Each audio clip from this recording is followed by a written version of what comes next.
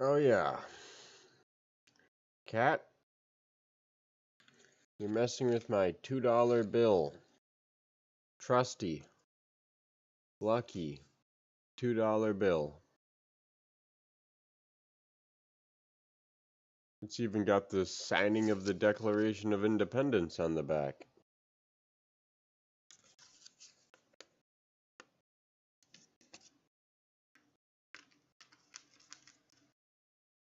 Alright, time to get off the desk, Cat.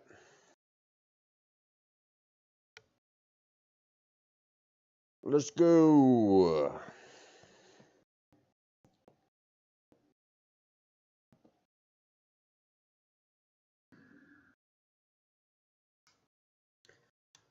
Alrighty, I was just wrapping up some other Mars missions here. Mining takes all Don't be types. caught on the Martian Upstarts, surface former without military, proper protection ex-cons. gear. All outside surface activities require the use of a certified safety suit.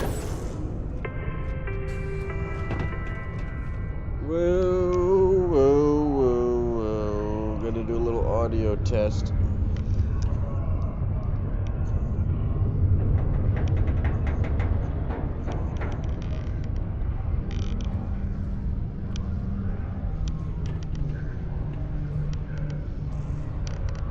Yep. Could be a bit louder.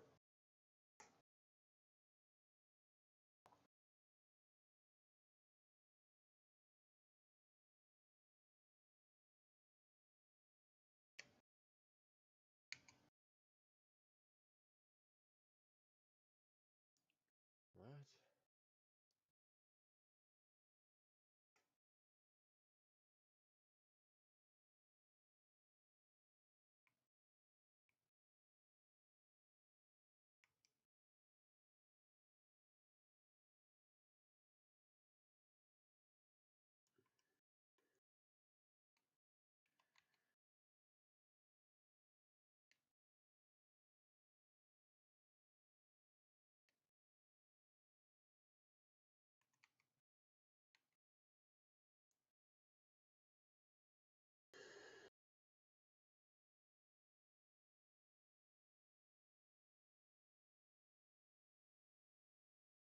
There we go. Perfect. Nice and loud. Whoa. As you can see, I shaved due to the election results. What I didn't realize is how cold my chin would feel literally all of the time. All of the time now, my face is cold. My face is cold. All of the time. Test, test, test.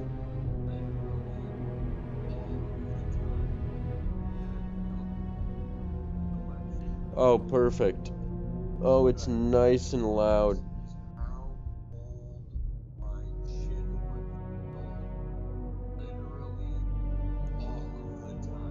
Oh, excellent. That's perfect. Yep. We'll have to test it later with gunfire.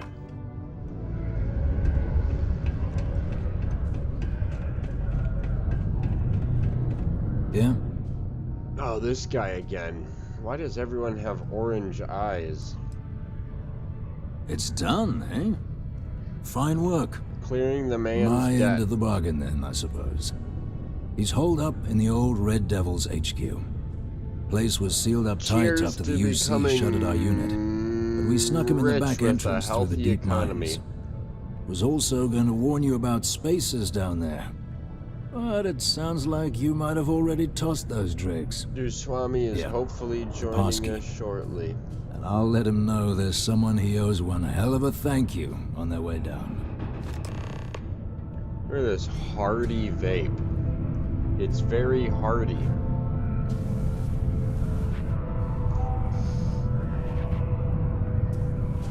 That seems unnecessary, but it's pretty cool. This one is basically like a nuclear bomb is going off.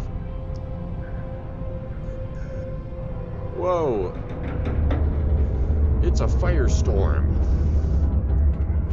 Deluxe condos aren't anything special, but plenty of people call them home. And the other one is a lightning tornado.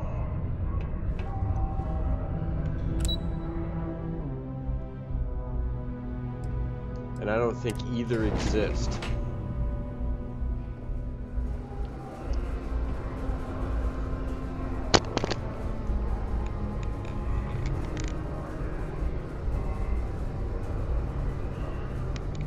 Oh, someone's blasting loud music in the game. I thought that was someone driving by. Red, orange, everything's red. As far as the eye can see. It can start to wear on you. Yeah, why do you guys all have orange eyes? My eyes are brown. Not even close to orange.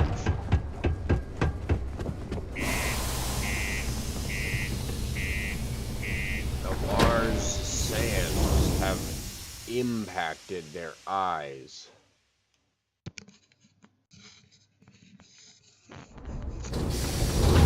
Ugh.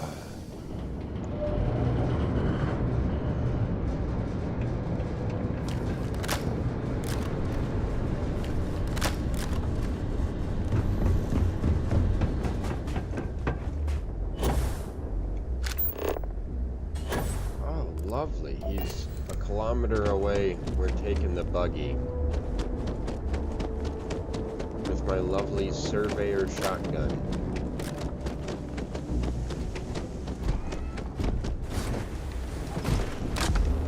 Hi-ho, silver and away! Oh man, you can drive first person in this thing? What a nightmare. Look how it's moving. Nauseating.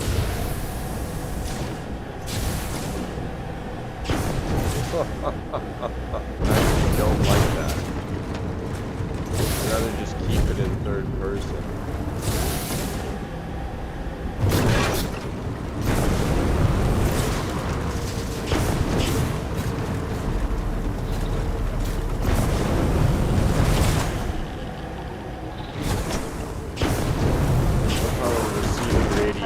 When the sun's not even out.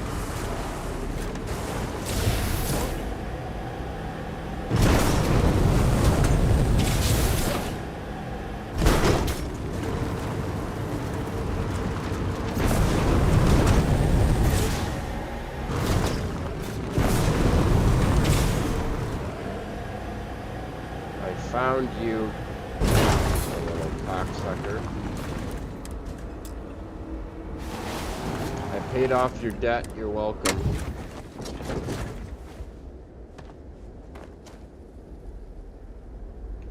Oh, that's right, I killed all these people. Damn! Oh, I guess that's just makeup. I thought I made her bleed from her eyeballs. I have to go into the mine for this? Unbelievable.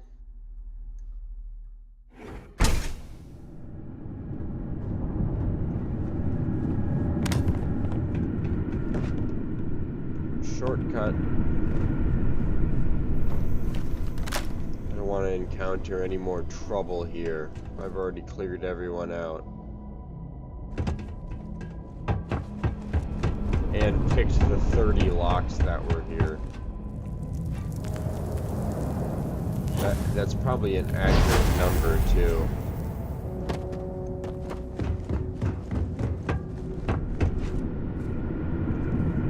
What I do like about that is that I know I can travel through here with ease.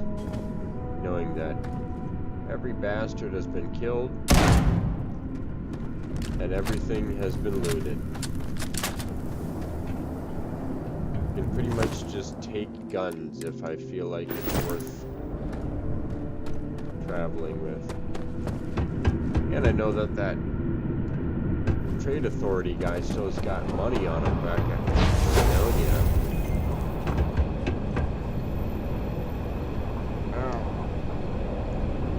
Duswami will be on shortly. Fuck yeah, dude. In the meantime, I'm gonna go pee because I should have done this before the stream. Bad planning. Look at all this old drilling equipment left here to rust. Not surprising, though. Mining lasers rendered these machines completely obsolete.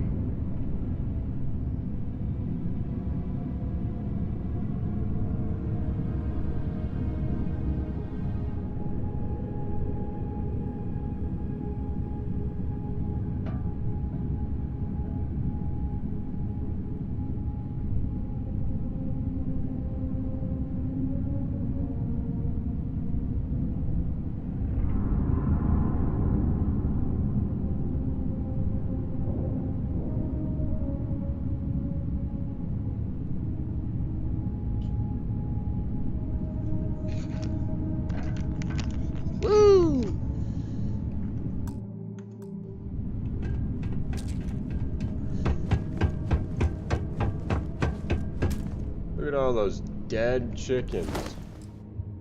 I'll take that gun. Don't leave any of that behind. You know, you can always take Well, we guns clearly too. can't get... Wait, let do me you guess. have guns on you? Dropping off a few... Oh, fuck yeah. She's got a fucking jackpot on her.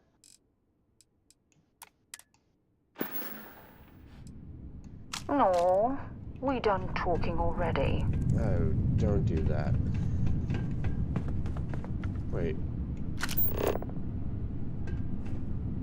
Wait, what? How do I get down? Oh.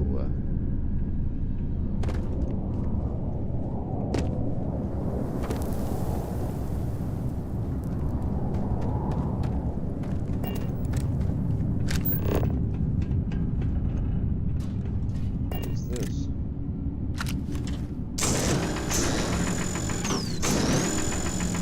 Oh, this must be the glitched one. Or else I would have mined it.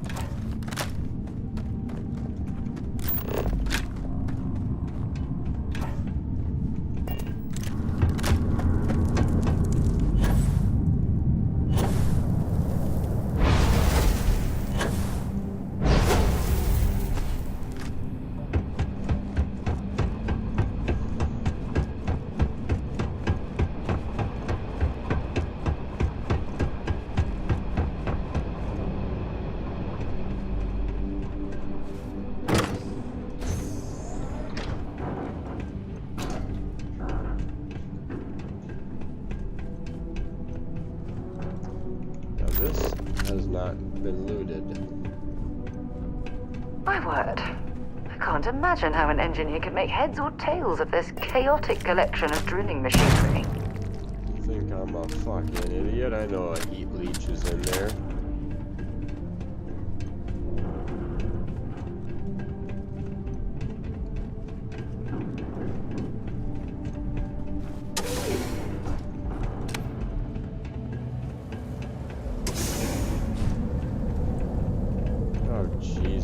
Well, this explains why the miners There's that ceased drilling. aqueous hematite Someone shit must have again. missed this natural cavern on the geological survey. Dude, this shit is Shame. like mythical rank. It's not even legendary. And it's a quest item. You can't remove it from your inventory. And it weighs a pound each, so I don't even know why I'm picking it up.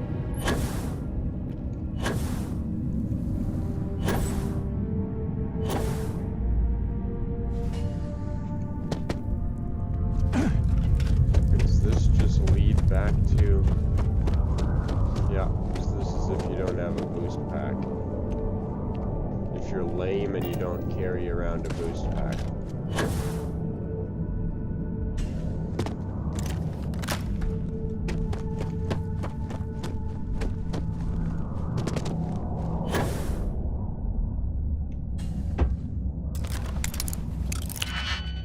Of course, I fucking knew it. There's gonna be another fucking locked thing. And I'm gonna have to unlock it.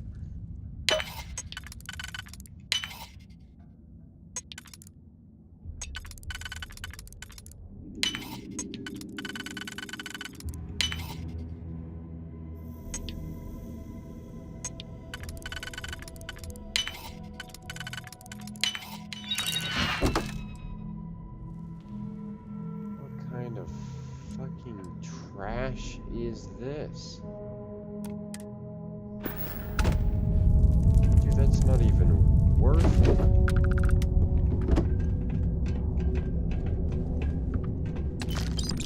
I can make that molecular sieve in my ship. Shoo! Sneeze! I don't need any more of this shit. I've already got 3 of them.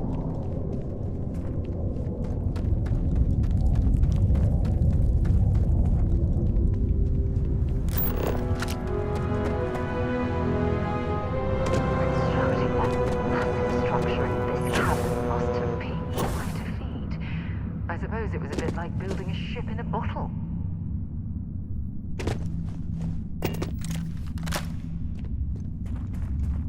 Whoa. Mars Research Facility XW.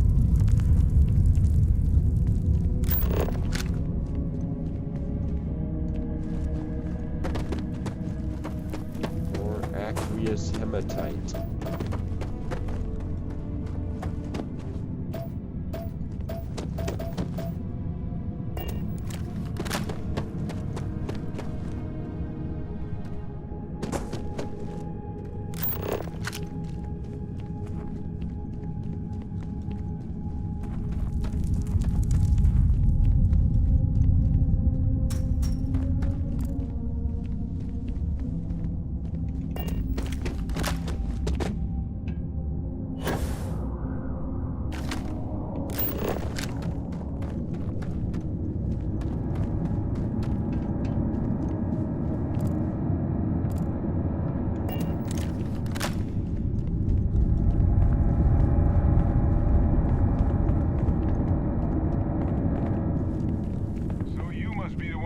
Out of the red with the trade authority. Can't say I don't appreciate it, but I doubt you came all this way just to do me a favor. Now you want to explain to me why you're going around harassing nefarious old men by wiping away their hard-earned debts? What? You know how long it took me to find you? Take this damn sample. Ha ha ha ha! Yes, it's taken me 1.5 streams to find you. Oh, I'm sorry my forced into exile lifestyle inconvenienced you. Because you But if you owe came all this 10,000 way just to credits, deliver you a sample, broke bitch. What exactly is it you brought me? Terramorph cells from a world too young to have one.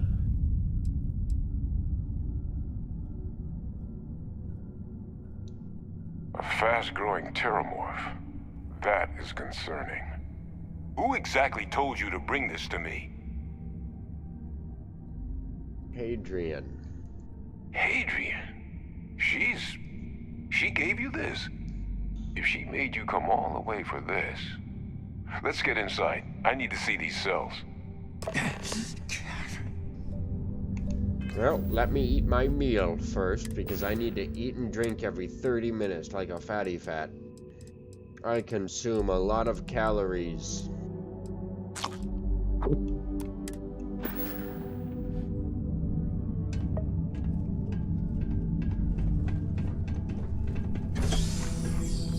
Red devils.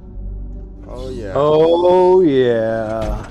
Oh yeah. Cheers to America's freedom. We are free once again.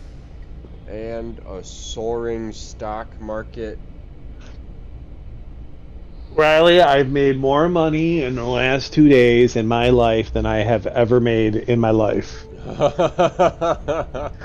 I don't mean that in a braggadocious way.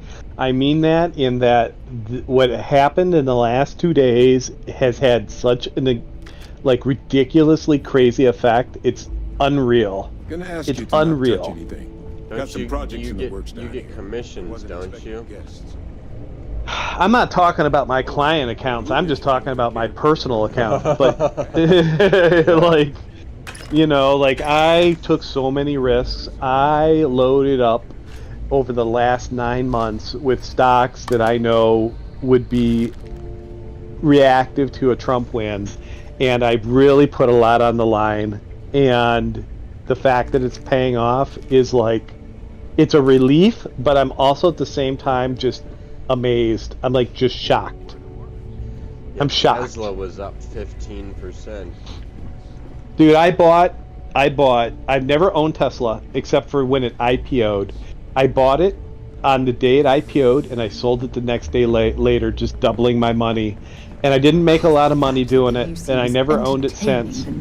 And I bought that Tesla the day after the premiere of the fucking Robotaxi came out and the stock crashed, because they were saying that the Optimus robots were all being remotely controlled, and that everyone was pissed off, and so the stock sold off and it tanked. I'm like, you know what?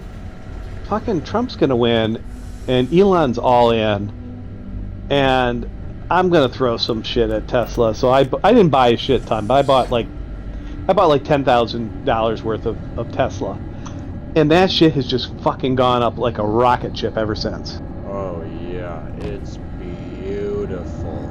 It's a beautiful thing. It's a beautiful thing. But you know, aside from all that bullshit, the thing that's even more beautiful is the liberal tears on TikTok. Oh my god, I've never looked at my friends' Snapchat stories and all the people I used to sell to, but I have been all over that shit. Oh my god, I fucking love it. Literally, because my former roommate, she lives out here in Oregon, but she's from Wisconsin, and she's very hippy-dippy. She's the one who just bought a bus and is going to live in it. And the fact that she just said, if you voted to take my rights away, unfriend me, it's just like, what? You're a white woman from Wisconsin. No one's taking your rights away. No one's gonna take your rights away. You're gonna be just fine. Oh yeah. And then this one guy, because I used to rank people in my Snap, I used to edit their name, and just to give me a heads up when they contacted me way back then. And this guy had his first name and then Mongoloid next to it, and I ranked people on stupid, idiot, and Mongoloid.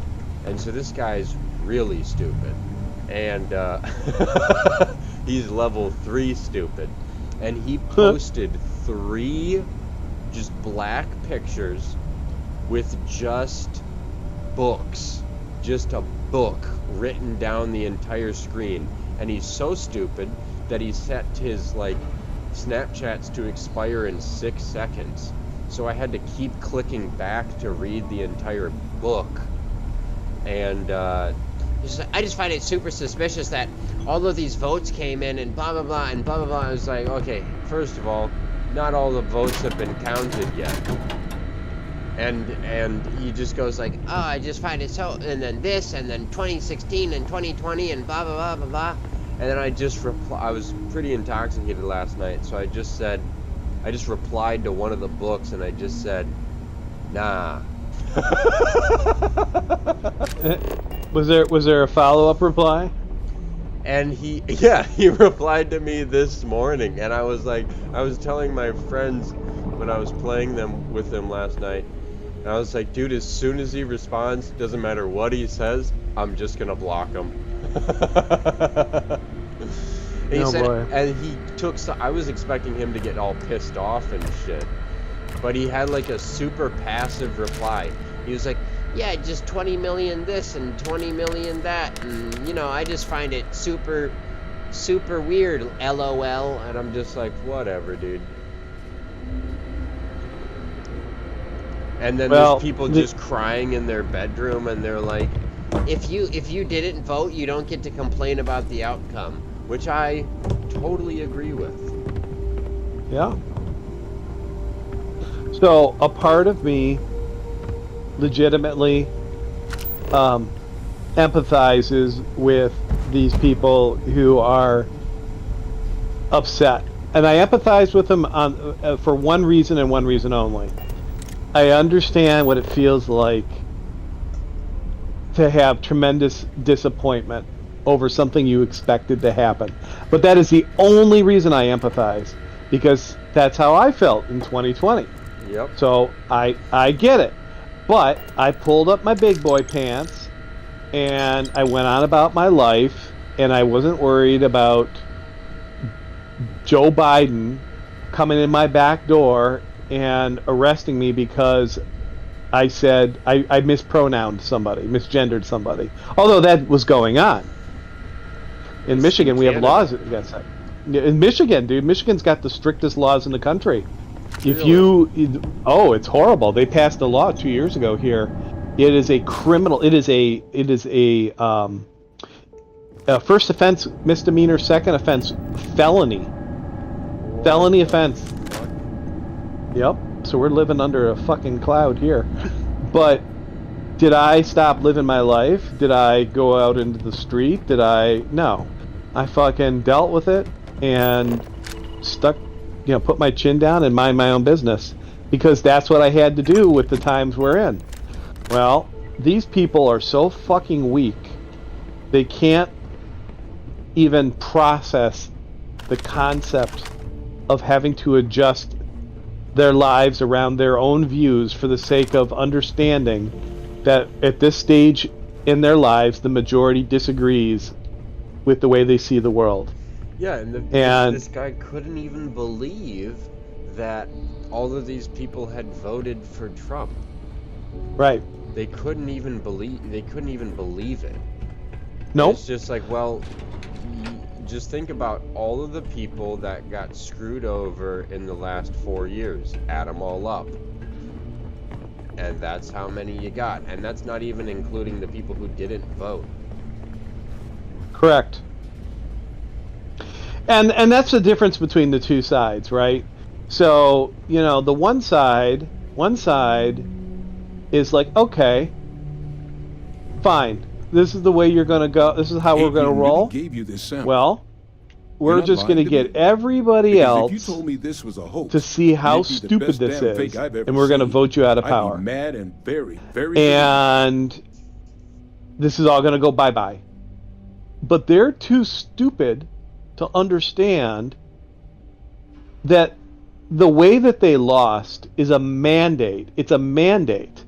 This country does not agree with the way that you think things should be. Humor an old man, huh? And they are absolutely all the indicators of the worst terramorph attack mentally incapable of understanding that. I presume you've heard of Londinium. That's why they're pulling out the hatred card, and saying, "Oh, this just proves that we're victims."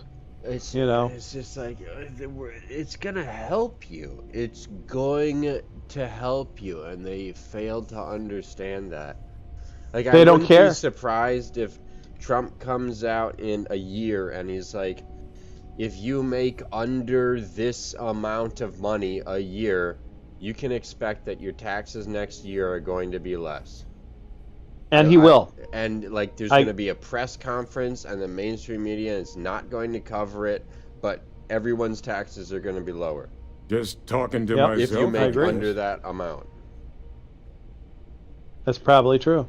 It was a city wiped completely but off the map. Part of me, being human that I am, so bad, I am thoroughly enjoying the mental anguish that they are going through, because they do deserve quite a bit of it. Made it off the world from the time of the attack. But the ones that I'm sorry that they have to go through it. They look just like this. I get it. It sucks. I didn't detect any of the telltale but maybe you shouldn't have been such a specimen fucking asshole to us. Was alive either.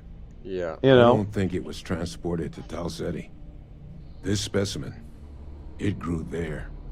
I mean, than any what did they really expect to happen? Which means that did they really expect that more than half the country was just going to sit around and let them behave like this forever? Outside Londinian.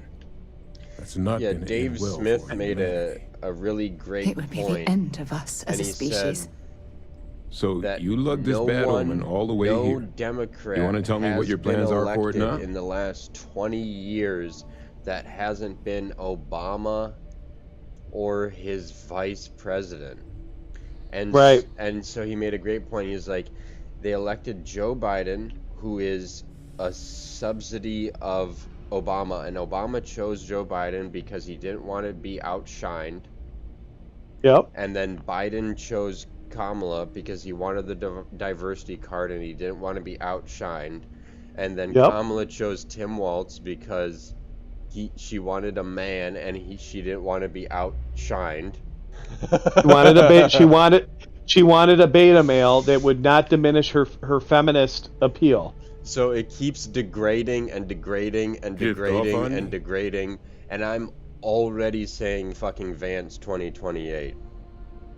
Yeah, well, if this goes well, if they do a good job and they can keep this coalition together and keep people happy, then I think Vance has a very easy transition in 2020. What is that? 2028? Yeah, I'm surprised that like Don Jr. They're not gonna try to run. Apparently, no, they never will. It's going to be Barron in about 25 years. Oh, cat. It'll be Barron. Well, I watched. Not gonna bring this here and then leave me alone with my thoughts on it. I watched. Oh yeah. The Day After, and I watched First Blood. Dude, how fucked up is The Day After? Dude, doesn't that is the most realistic, like, that's what it would be like kind of situation. Yeah, and even at the end of the movie, they were like, this is like, this is like less intense than it would be. With the farmers, and they're telling them how to scrape the soil off the top of the ground, and like they're all like just barely alive, and they're like, what's the fucking even point? Yeah. You know, like here's FEMA telling us how to fucking, like, we got to keep the country alive, we got to start producing some food. Meanwhile, we're like pretty much fucking got cancer growing on us, and we're just dying as slow death. You know, and yet there's some could use a like drink a few months ago was that I forget what it's called, but not supposed it's that to use submarine Given movie with Liam Neeson and Harrison Ford. Oh yeah, yep, that's a great movie based on a true story, and these guys are literally vomiting their guts out. Their guts have liquefied and they're vomiting it out. Yep. And they're just trying to save their own asses, and then the commander says, hey, the Americans want to help, and they're like, fuck the Americans. Unbelievable. And then all of those guys, like, pretty much all of them died within 20, 30 years. Most of them died within 10 years. Yeah, they were all fucked up. Now, what did you think of the platform? Yeah, that was... You like the guy? Obviously. Obviously. Stop using my word. Obviously. The panna cotta is the message. The panna cotta is the message. The panna cotta is the message. Isn't that fucked? But that's a fucked up movie because they do such a good job with, like, the whole social experiment, and, like, if you, like, just overlay that onto society as we know it. Yeah. That's why I liked it, because it really makes you kind of, like, think about humanity. Yeah, and this one lady is on her mission for a kid that allegedly doesn't exist. Right, yep, the girl. The dog. Yep. That's a good one. And then what else did you watch? Oh, you watched, what'd you say you watched? First Blood. Command? Oh, yeah, the original First Blood. See, I've watched Rambo. I think I watched Rambo 1, like, a really long time ago, but I didn't even know there was, like, a first movie. That's basically, that's the prologue to the... That was the original book that was written that started the whole thing. Oh.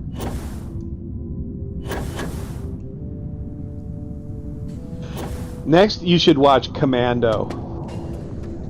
Is that Rambo? That's Arnold Schwarzenegger. Oh yeah. It's kind of a First Blood movie, but with Arnold Schwarzenegger. But it's it's some of the cliche. It's Arnold's best, like, cliches, and it's just like, it's when you really can go back and go, man, I like Arnold Schwarzenegger. Like, it's pre-Terminator, but you see, like, you can see the Terminator in him, because he goes fucking full Terminator. Yeah, it's good. I convinced my grandma to buy me the DVD of Terminator 2 when I probably shouldn't have had it at like 12 years old, and I watched that thing probably 8 times. And then I went back and watched the first one, and I think I've seen all of the Terminators now, but... First Blood's good, though. First Blood. And then the next one in the Rambo series is good, too. But definitely First Blood, I think, is one of my favorites. Yeah, that goes to show how one person in power can just fuck everything up. And it's because what it really is because he was in Vietnam, he knew guerrilla warfare. And the real story there is that they sent these Americans over there to do some fucked up shit, right? Yeah. And nobody at home ever understood, like, what they had to do to win and to survive against an insurgency that was willing to fight to the death, and were fighting literally with whatever they could find, hiding in the rice paddies, hiding in the fucking jungle, picking you off the minute you stuck your head out. You know what I mean? Yeah. And they didn't even invent guerrilla warfare until the Revolutionary War. Correct.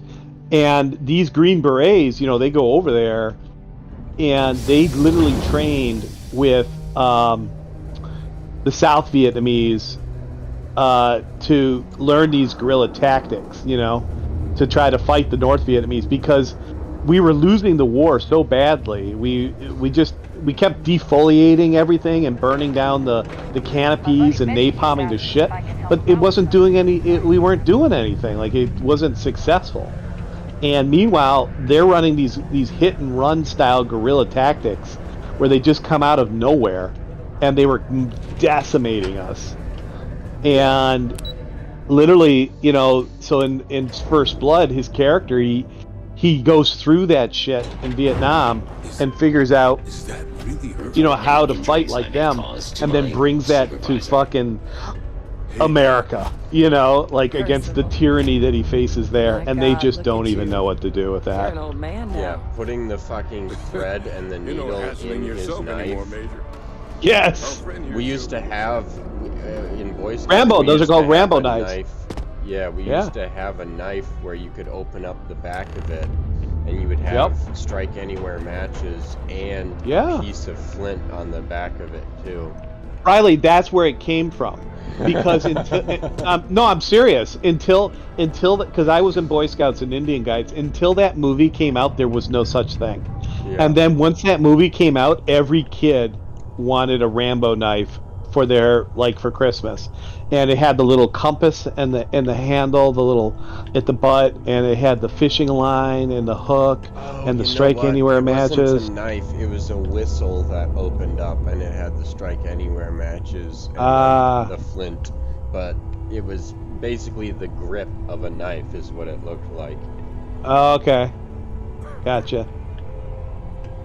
But I always liked that movie because that was really one of the first movies. That was one of the first movies that I can remember that had that genre, the revenge genre of like the returned soldier, Yeah, and he was never trying to kill them. He was only trying to stop them.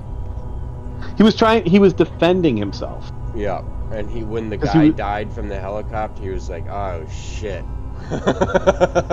Yeah. Yep. That's a good movie, man. It's so underrated. Like, Rotten Tomatoes has it at 33%, and I was like, well, that's before I even watched it, I was like, well, that's got to be incorrect. Yeah, it's because everybody on Rotten Tomatoes is like 26 years old and doesn't fucking have any. They have no fucking concept of what is going on. Yeah. It's just a solid movie. Yeah, even when I was younger and I was watching all of those old movies, I knew that, like, I've never taken a film class or anything. I would never waste my time with that bullshit. Because all you need to do is talk to people like you, pretty much, and find out what the good shit was, pretty much. That's right. And that's your film class. That's your film class right there, man. That's exactly it.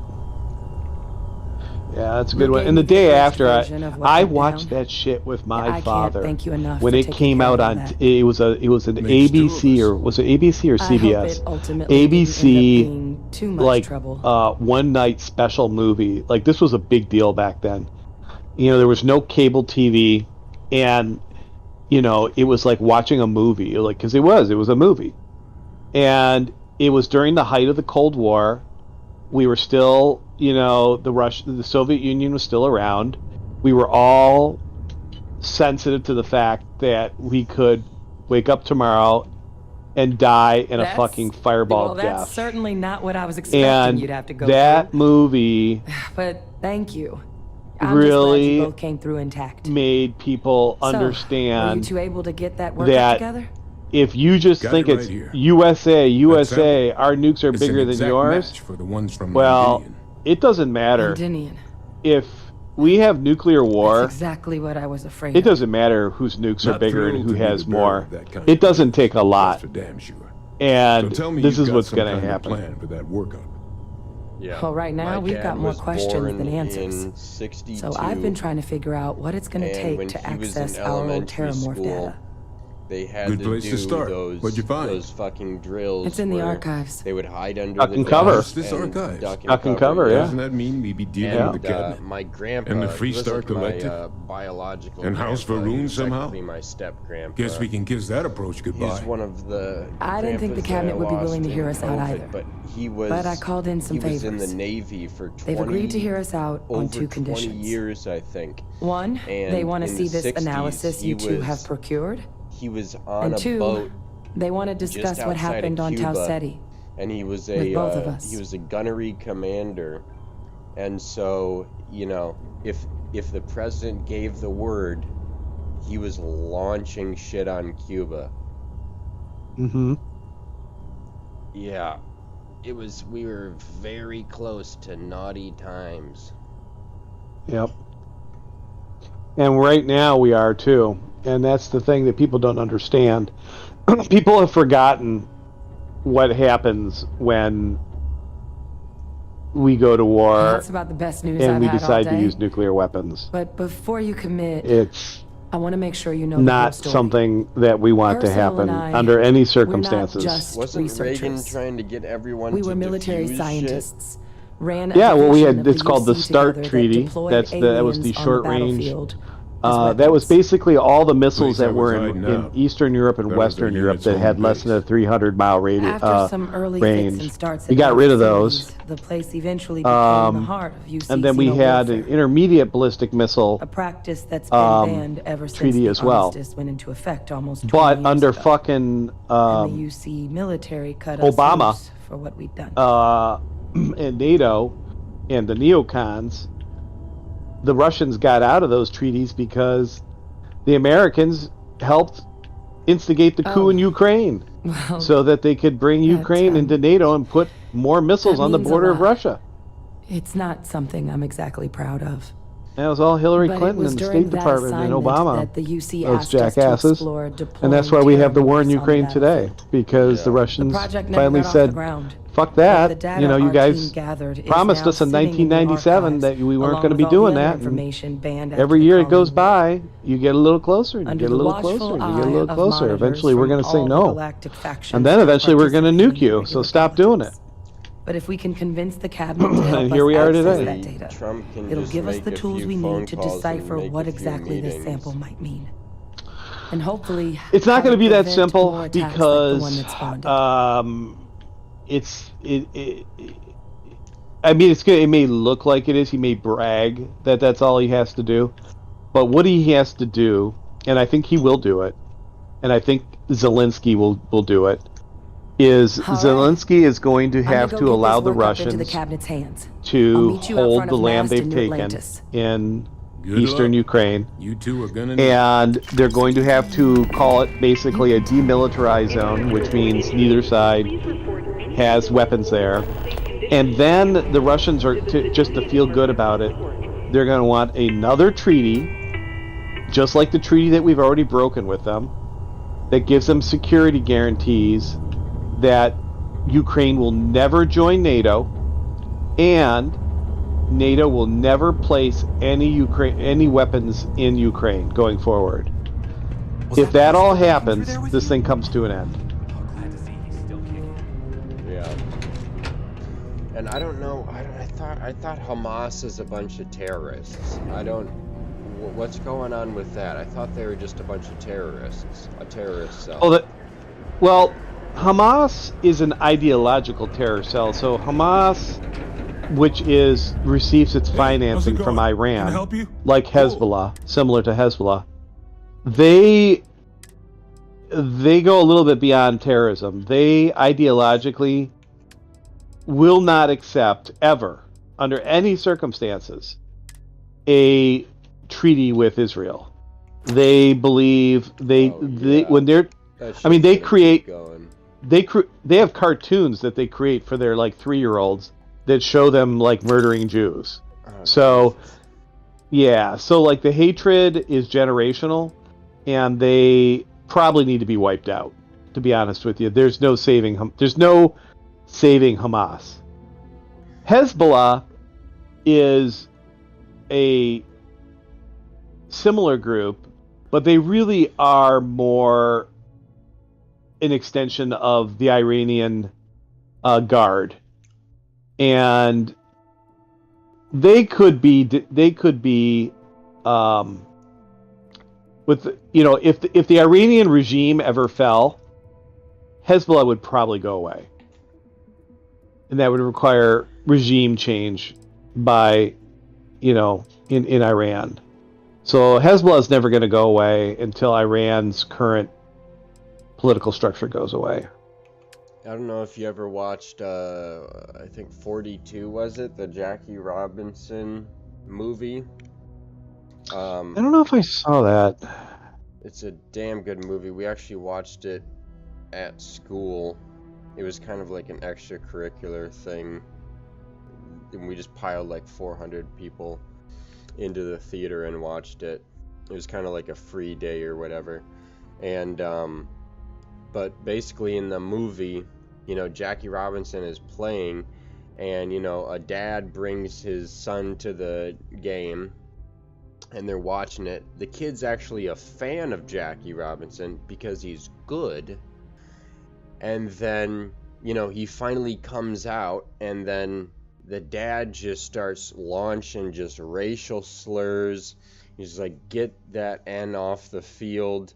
And the kid literally like turns, looks up to his dad and sees him doing this. And then he turns to the field and he starts doing the same thing. And that just goes to show that pretty much that generational influence and hate is a real thing. Oh yeah. Yep. I think that Trump can fix our problems with Russia. I do think he can. The question is, you know, when he's gone in 4 years, will whoever succeeds Trump be able to control the deep state and keep them from causing more problems again? Sounds That's like a plan. kind of the thing. I can also take stuff off your hands too, in the if first that's something you're place interested is because, well, because, you know, they say that he's been looking for Crimea since he got into power, and the only reason he did that is because he saw Joe Biden as a weak man who couldn't stand up to his promises. And Putin and Trump already kind of know each other. The thing is, though, I've also thought about this, is As soon as Trump makes a phone call or Trump goes over there to meet with Putin, they're going to say, collusion, collusion, collusion. Of course they are. But I don't think he cares at this stage. No. To be honest. Hey, I stopped a war, you idiots. Yeah. And that's why they're mad, because he stopped the war. They want the war.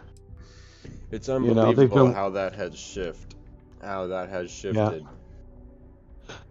But I think what's also incredible is that more Americans than just like people like you and I are now sensitive to the idea that NATO's role, head up by the United States, their position with trying to have full spectrum dominance over the entire world is both unrealistic, especially at this stage in our country's life, and counterproductive to having like a safe and secure world, because it's like the movie and the book 19. Have you ever seen the movie 1984? Oh, have I? I've read it twice too. Okay, so I saw the movie. So look, it's like a cross between 1984 and Lord of the Flies. The concept of the monster in the cave, right?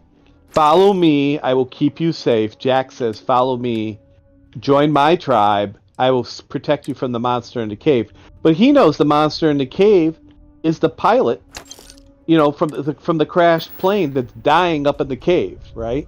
But the kids don't know that. They think it's a monster. And so he politically manipulates the kids to follow him and give him power to protect him from a monster that doesn't actually exist.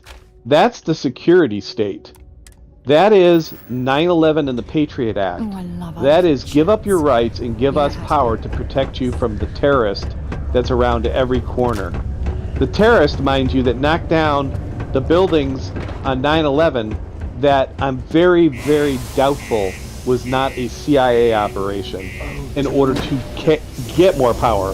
The fucking Liz Cheney CIA leader, commissioner. Dick Cheney. Holy shit. We dodged that like a fucking bullet. Like a 50 cal bullet. If you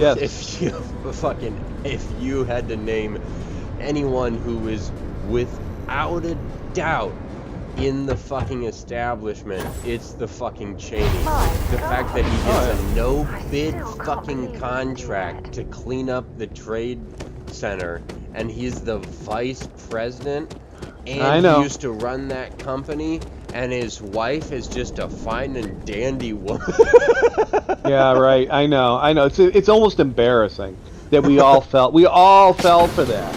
We all fell for that back then. But that's because we were naive. We believed in the institution that government was looking out for our best interests. But that's the facade, right? That's the monster in the cave. The leader that says there is a boogeyman that's going to destroy you. I can prove it. Look at these people that knocked down these towers. They're coming for your house next, right? And so give me the power and give away your rights so I can protect you. More and more people are onto that. And they're not buying it. And while that might have worked during the Cold War, that's not the world we live in now. And to try to hold on to global dominance using that kind of facade is going to just keep us in never-ending wars, which is definitely not in the best interest of the American people. Yeah, no, we should be, I don't want to sound hippie, but we should be at an elevated level as a world at this point that we should be not have any other wars, not have any other ground wars, not have any other nuclear wars, that everything should be able to, everything's 5 by 5, Captain. Wars historically have come down to misunderstandings and selfishness. I agree. But the current state of warfare, or let's just say global conflict, is a byproduct of the intelligence community that was created during the Cold War, and that was a belief that it's not enough to be able to influence other nations to get them to do your bidding, but we have to have a permanent influence into perpetuity so that we can stop any force, any belief, any idea that runs counter to our plan, even if we think our plan is for the best interest of Americans. And what it's devolved into is this paranoid security state that has entrenched bureaucrats that have been there for 20, 30, 40 years that believe they are patriots and that they are protecting us. But the byproduct of that is that they lie to you, they propagandize you for your own good, and they cause conflict because it's like firefighting. How do you fight a forest fire? You create a fire break by burning down trees downwind so that the fire can't jump the fire break. Well, that's how they approach foreign policy. We'll just start a war over here to stop a war over here, you know? And that's fine, but it doesn't work anymore. And that then spirals into another mess, and then spirals into another mess.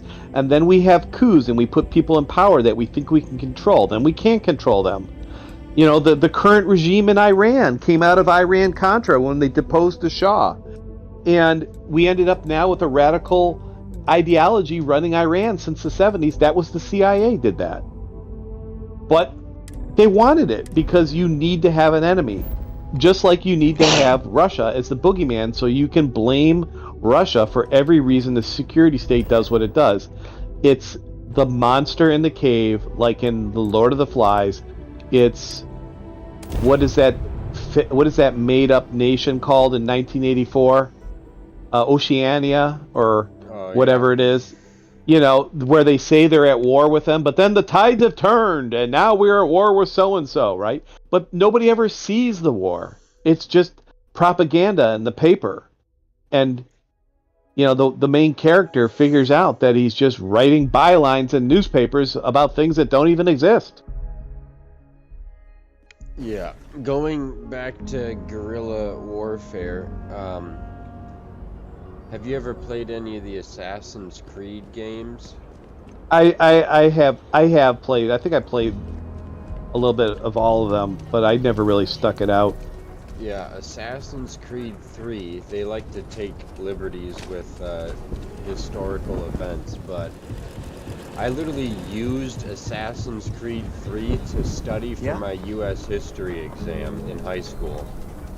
Quite successfully, because, you know, they have this expansive codex, and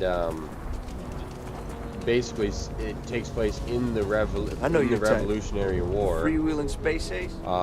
And kind of definitely explores that guerrilla warfare environment, and you're running through the, you know, the 12 or 13 colonies.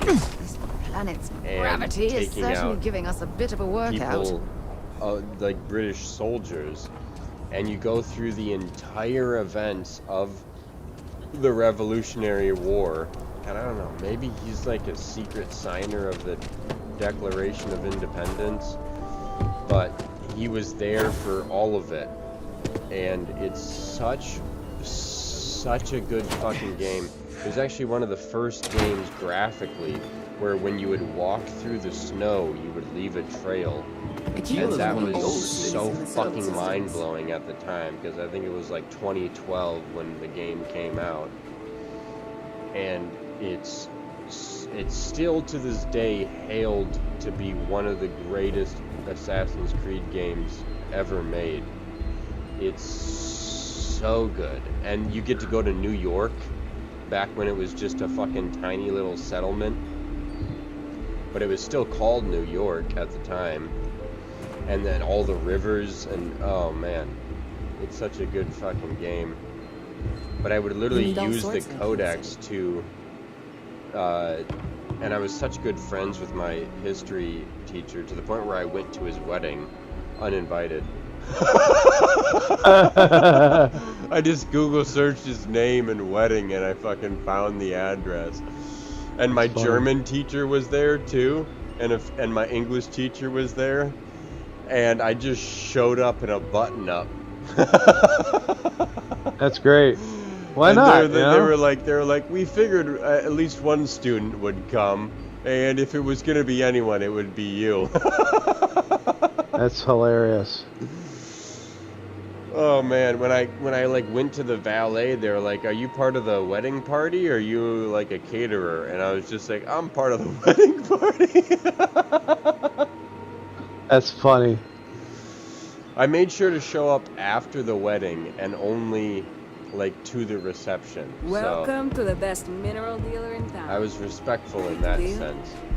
Damn trade authority's been hounding my regular customers. Excellent. Well, the point of it is that at the end of the day, you know, more and more common people just go to work every day and try to save some money up to go to fucking Six Flags once a year. They're onto this shit. They're starting to understand what a lot of, like, people like me, I've known this for a long time, like going back 25 years.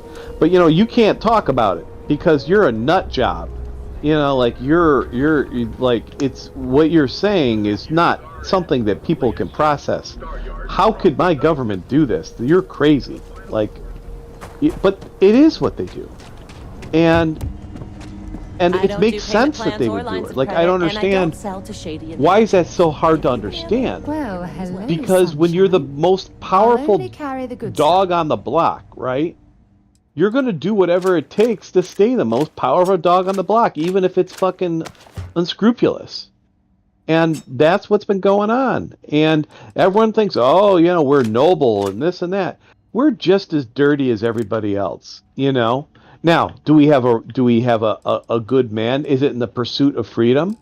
Is it in the pursuit of liberty and justice? Sometimes, but a lot of times it's not. My love. It's raw power and paranoia. And you can never have peace in the world when somebody else who has a different way of living, that's not the American ideal, wants to run their country according to how they see fit. And then the United States steps in and goes, no, you can't do that. That's against human rights, or that's this, or that's that. Well, yeah, that's true. Maybe it is. Maybe it sucks for those people. But you know what? Those people can rise up and have a civil war and change that shit. You know, we don't need to go in there and do that for every single person. I mean, if they ask us to, that's another story. But just going in and starting fucking conflicts left and right because the security state is so paranoid that somebody's going to gain power and influence that's going to affect Western culture in such a way that they lose power. Therefore, they have to go and create chaos, fire breaks, and start forest fires to put out other forest fires. That shit's no good, man. It's not. It's really not good.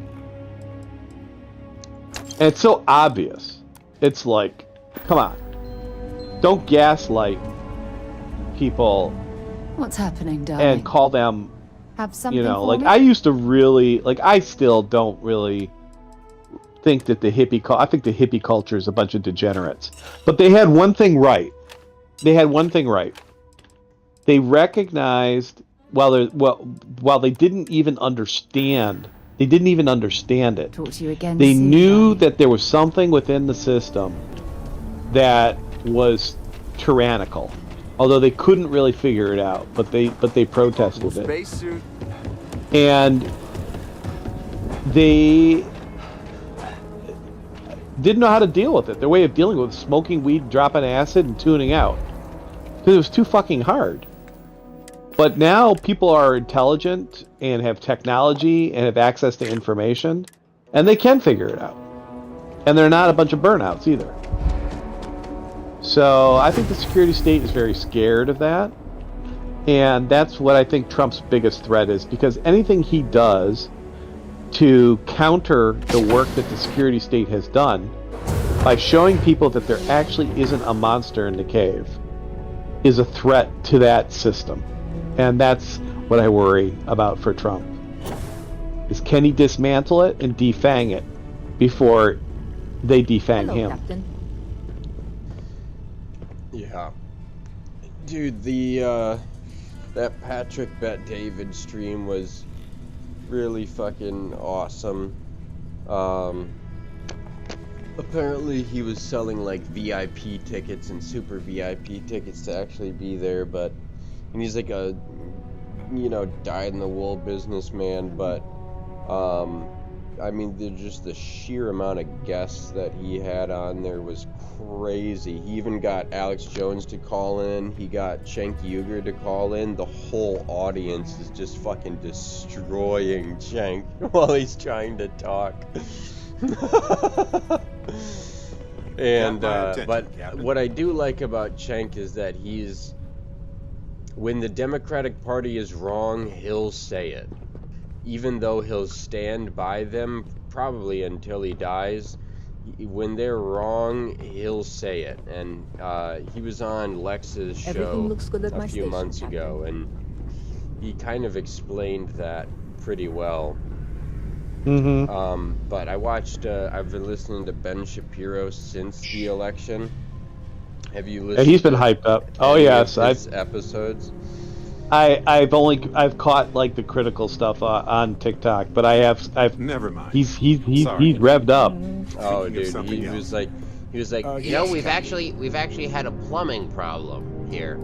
We've had a plumbing problem, a pretty bad plumbing problem, because I don't know why, but the bathrooms, the faucets, the kitchen, everything's just overflowing with leftist tears. Oh yeah. Mm-hmm. We actually don't really, we don't know what to do. Every mug, every leftist tears mug is just overflowing.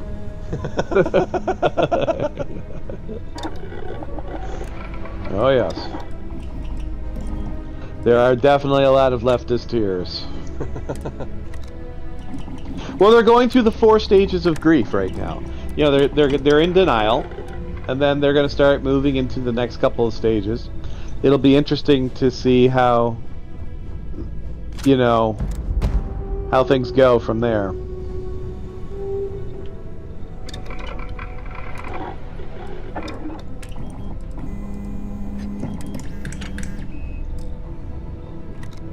Man, this game is really buggy tonight. I don't know what is going on. I think I'm at the end of the DLC, and I think the mission that I need to complete this entire DLC is broken. Oh no. Which, yep, I'm pretty sure it is. I spent the entire last time we were on trying to unbug it, and I'm not sure if I can or not. It's really not cool.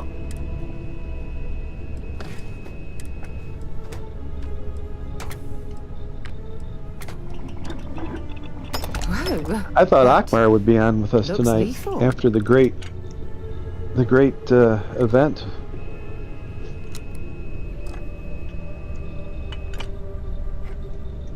Yep. So Emily's back. We should, I guess. Emily's back at the concerts. Yeah, dude. I messaged a few of my friends, even though I know they're not going to do it. At like 11 p.m. on election night, I was like, buy Bitcoin right now, buy Bitcoin.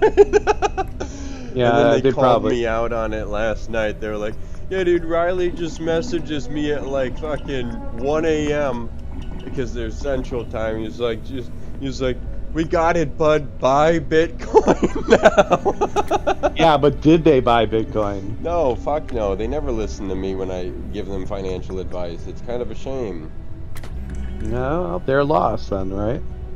It's at 76,000 or something like that. Something crazy.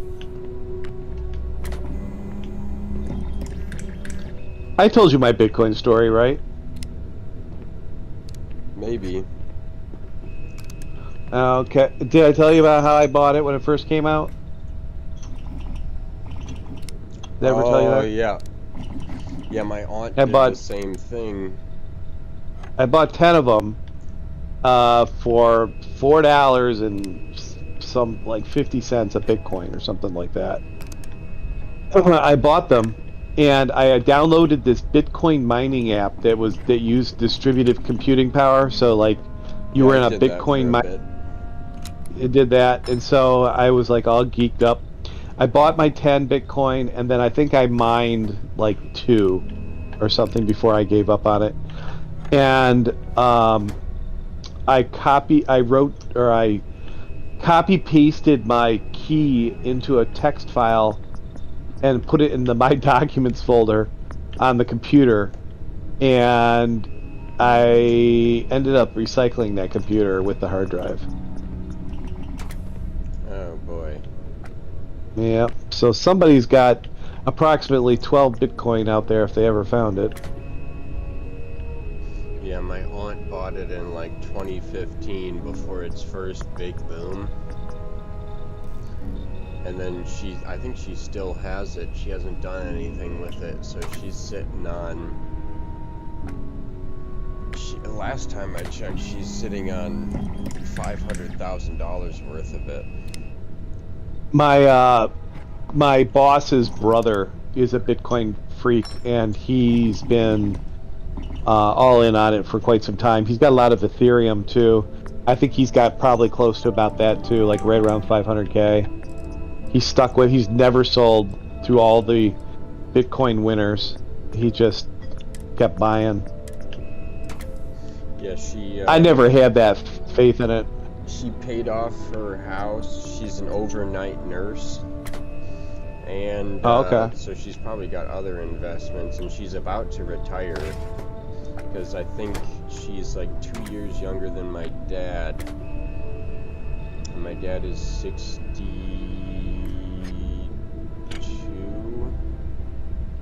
Mm-hmm. Wow, that's hard to believe that my dad is 62. But, yeah, so she's about to retire, and her, like, advisor just told her to keep it. Just keep it, and then throughout her retirement, she'll slowly sell it. But I think it shot up so much on election night. Pretty much at 3 p.m. my time, it just started going. Ethereum's up, Litecoin's up, every crypto is up. We got 76,000. Its 52-week high is now. It's at its 52-week high. It looks like it peaked at just under 77.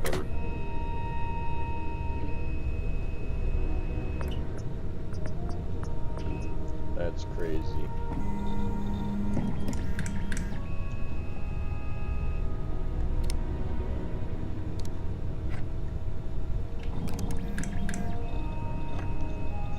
Yep, you might, if you still had that account, you would be a millionaire. More than that. Yeah. I would, with the halving and the Bitcoin Cash and everything, Charlie figured it out the other day. I think we came out to somewhere around like 2.5 or something like that. Whoa. That's my number, actually. Everyone's got a number. What you would need to just walk away, never work again. Oh yeah. That's my number. Obviously it's probably changed now because of inflation, but I did a few calculations when I was in college, and 2.5 would be perfect. Maybe we should call this exploration thing quits and open a weapons shop.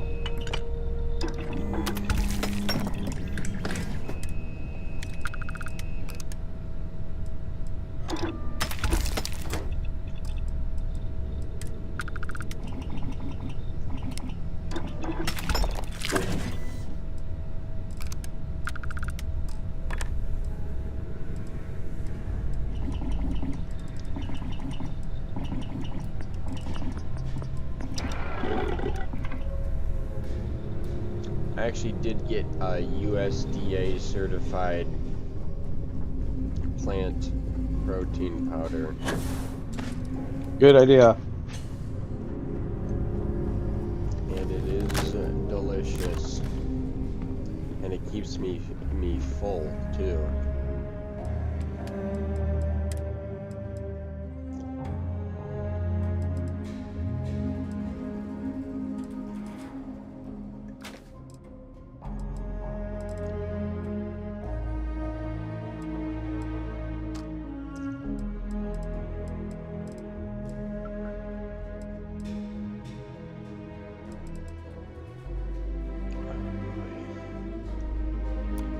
This girl, so it's an interesting story. So when I was 20 years old, was it 20? Yeah, I was 20.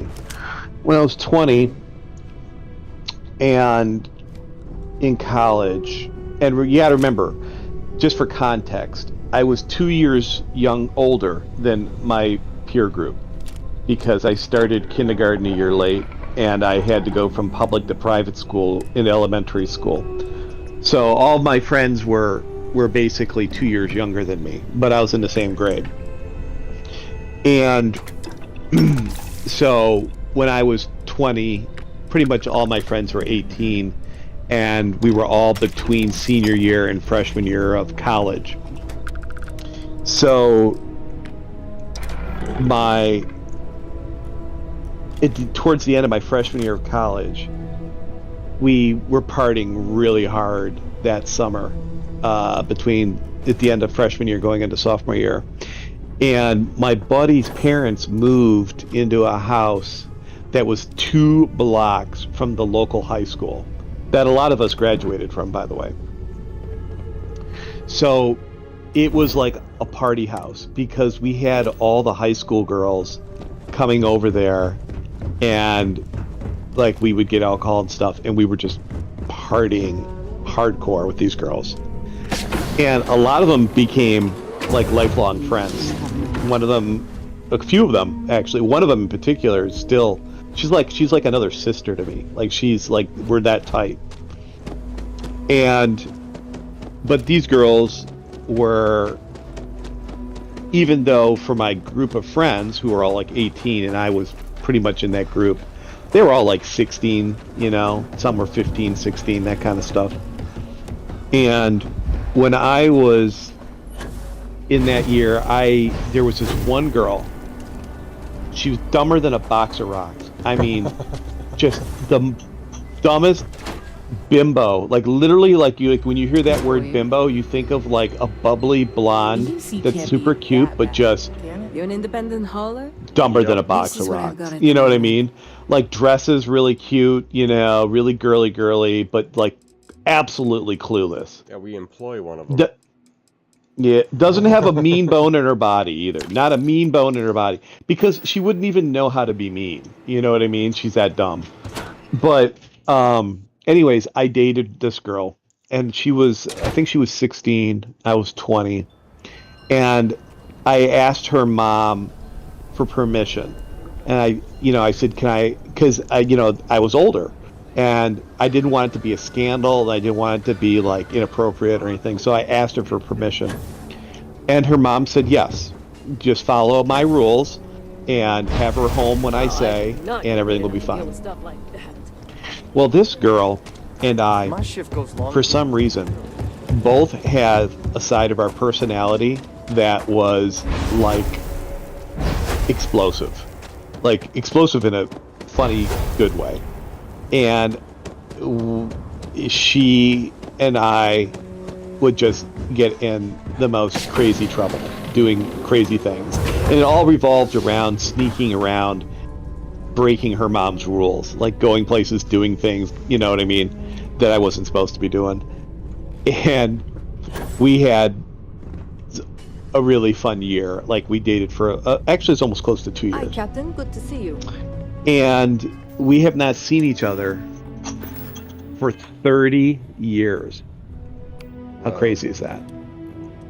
So she was in town, because she still has some family here, and she wanted to get a drink, and I'm like, fuck it, why not? Let's go.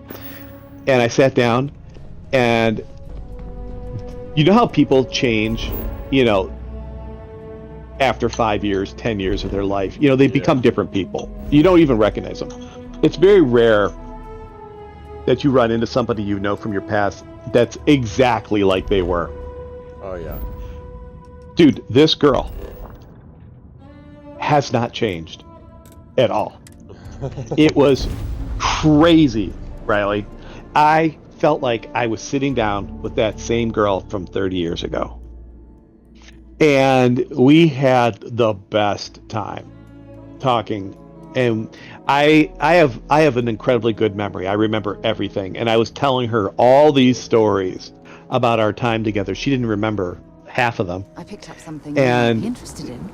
It was so freaking fun and hilarious. Sunshine. And fishing for a they handout. kicked us out of the restaurant because they closed down at 10. Our little chats. And you know how to make she's like, well, she's like, you said you're going up to Canada this weekend. And I'm like, yeah, I probably am. And she's like, why don't you come to, they have like a disco night down, it's called Boogie Nights or some shit like that. At this bar, they're doing like a disco theme. She's like, I really want you to come to this disco night. And I'm like, oh, I don't know about that. And she's like, please, Captain, please, please, please, please, please.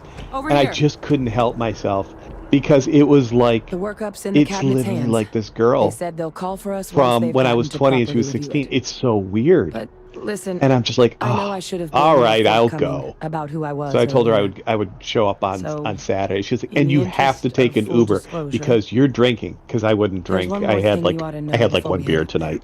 She had like 2 My Cosmos. relationship with the UC And I'm like, all right. more complicated And I'm than just it might trying to seem at figure first this whole thing glance. out though, because The she's UC's married. actually the only reason I'm here in the And first she place. didn't say anything bad about her relationship, her husband, although she didn't Emma really Clone. talk about him. Of a man named But Francois it was Sanon, so weird because one-time fleet the admiral same of the kind of UC connection during that the we colony had war. 30 years Former ago head was of the UC literally Navy. that apparent. They called Like him it was Victus. it was like Woe this to weird the defeated teenage in old Earth Latin. like attraction A title that was he bubbling earned. up 30 years later. The It was program really I was weird. Part of it was the UC's attempt to create a new generation of military minds. And she looks from good. One of their most respected tacticians. She, you know, Secure the obviously leadership of the UC military you take for off the makeup, generations to come. she probably didn't look as good as she did. But she did actually a pretty nice job with the makeup, to be honest with you. Her body's still in good shape. Very cute. And I don't know, man. Like I don't want to tempt her into making any kind of bad decisions. Like, but she's like asking me to go to this thing, and like part of me wants to be like, are you sure this is okay? Like, because if I was your husband, like I don't know if I'd be comfortable with this. You know what I mean? But I didn't say anything, but I kind of alluded to it. And she's like, no. She's like, you have to come. Please come. I'm like, all right, I'll come. It's a bunch of... Nerves kicking in. So she's gonna have other friends there?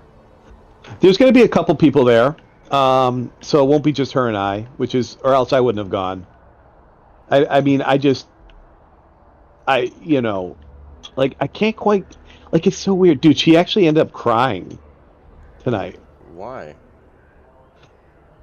I don't know. She was like, so like we both spent equal amount of time talking about what's happened in the last 30 years in our lives. You know what I mean? And, you know, she talked about some stuff that's happened to her in her life. And she was talking about how she's her father, whom she's really had no relationship, her biological father, she never had a good relationship with. She pretty much was raised by her stepfather. And, you know, both her stepfather and stepmother are dead.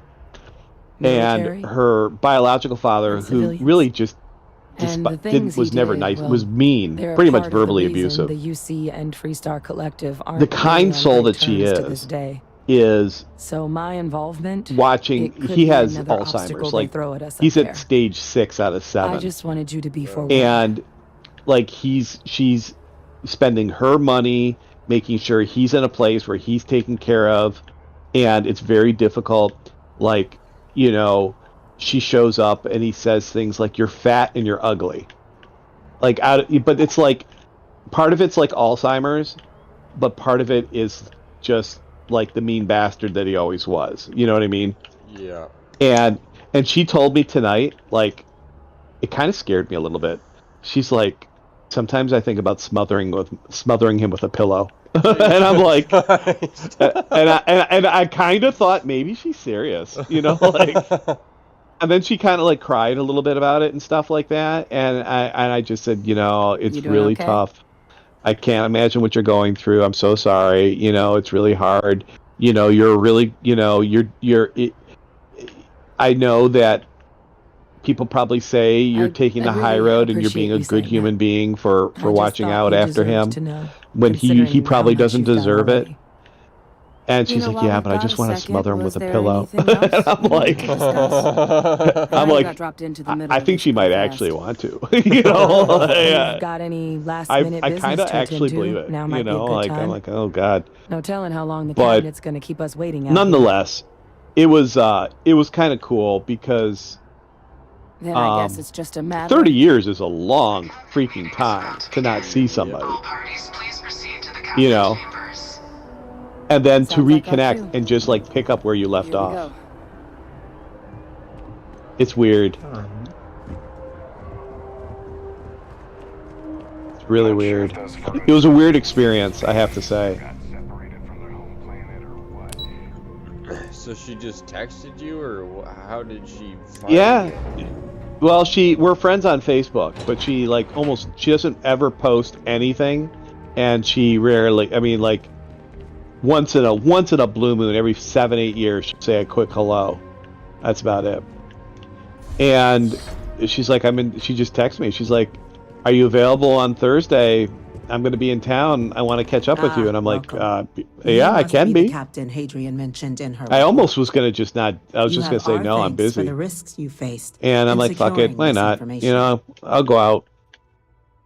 Might as well get out of my house for a couple hours after working and stuff." It's been a long week. We've had this election stuff going on. I'm kind of emotionally drained. Maybe I should interact with some human beings. And so I went there, and she was dressed really cute and bubbly and funny, and that same bimbo girl that I always remembered. We have two petitioners here making you to say, just like, she's so request. fat now. No, she's not actually. See, she was one of those girls. She's like, think of those girls that you knew in the past. Like, you know those, like, like when they're 16, 17, 18, but they're like 5'1", and they have like big boobs, but they have like a really like thin frame. Now, Captain, but then they hit college and they start drinking. But we have yet to hear from you. And just a little bit of weight makes them look totally different. You know what I mean? Especially in the face. Well, like I was half expecting that, because like when you're 43 and 5'1", your chances are that you don't look anything like you did, in your 20s. And she's like, I'd say she's held together like 90% of her figure. But we also have to take like, into I was account actually the kind of nature surprised. I was like, data damn, you you're looking pretty fucking good for 43 and being a short little blonde girl. Terramorph attacks are not some She's Polish too, and that's the thing about Polish women. They've been happening for generations. How many Polish mothers do you know that aren't like big fat Polish women in the kitchen? Galactic diplomacy because of a single attack. You know what I mean? Seems at best panic. It's just their genetics. And at worst, like their ankles get big. That's the first thing. You get the big ankles. And her associates. And then they get like the weird, like trunky legs and all that kind of stuff. If it's my father you're looking to like address, the Polish genetics, you're welcome to consult female a medium. genetics. I would also ask how many deaths the cabinet requires to act. 50? Yeah.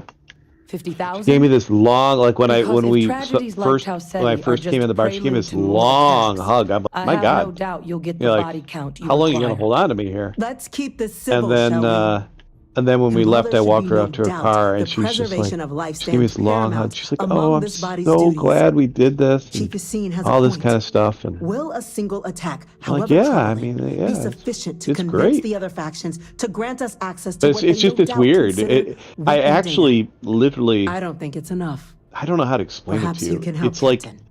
As the it's one who almost actually like those collected the 30 years sample in between question, us, like did melted this away, terramorph and it's seem like, at all alarming to it's like I was right back there at that, like 30 years ago. It's so weird. That's wild. It is wild. It's like it's very, very, there's so few times in my life I can think of where there's people from my past that I have long, like large blocks of time in between seeing them that I can't, I can't really think of many people where I say you've never, like you haven't changed at all. It's a little intimidating. Because everybody changes. Their understand. experiences change them. They get hardened. They lose that innocence of youth. Like a lot of things happen. And she did not have that. That's what made it so weird. It was like she even everything, her mannerisms, the way she laughed, the way she held a conversation, like it was exactly like it was 30 years ago. That is worth considering. This attack took So place weird. on an almost completely uninhabited world. The casualties were minimal as a result. It kind of But if amazed me, there's to be another honest with you. attack, will we be so lucky?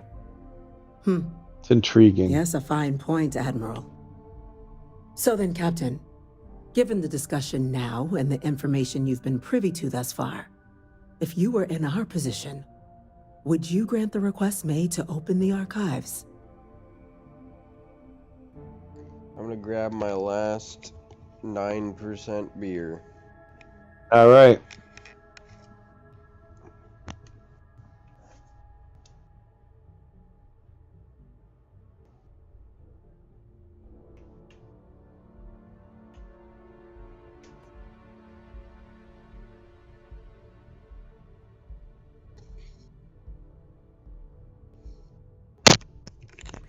This one's 9.2%. It's pushing the limits.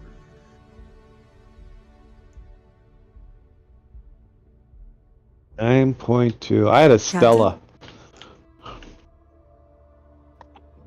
I wanted something light, and they didn't really have anything. I was like, well, how about a Heineken? They're like, we don't have Heineken. I'm like, how can you not have a Heineken? It's like not having a Bud Light. Yeah. And they're like, we got Stella. I'm like, go for a Stella. Oh man, oh boy, a Bud Light on tap from a bar in a 16-ounce glass. Oh, They can be good. I'll take it. Yeah, they can be good. See, over here in Michigan, our Bud Light is Coors Light. So, like, not a lot of Michiganders will drink Bud Light. They'll drink Coors Light. Oh, yeah. But probably more Listen, popular than that, compose your because we're thoughts. right here next to Let us Canada. know when you're ready. The big thing is Blue Light, Labatt's Blue Light. Yeah, I had Coors Light for the first time in a while when I went back to Minnesota for that wedding. It's easy to drink. I had a good tall boy of it, too. If it's cold, you could drink like gallons of that. Yeah. You know, seriously. And I had the good, great Michelob Golden Light. Nice. Golden, because we don't even have those out here.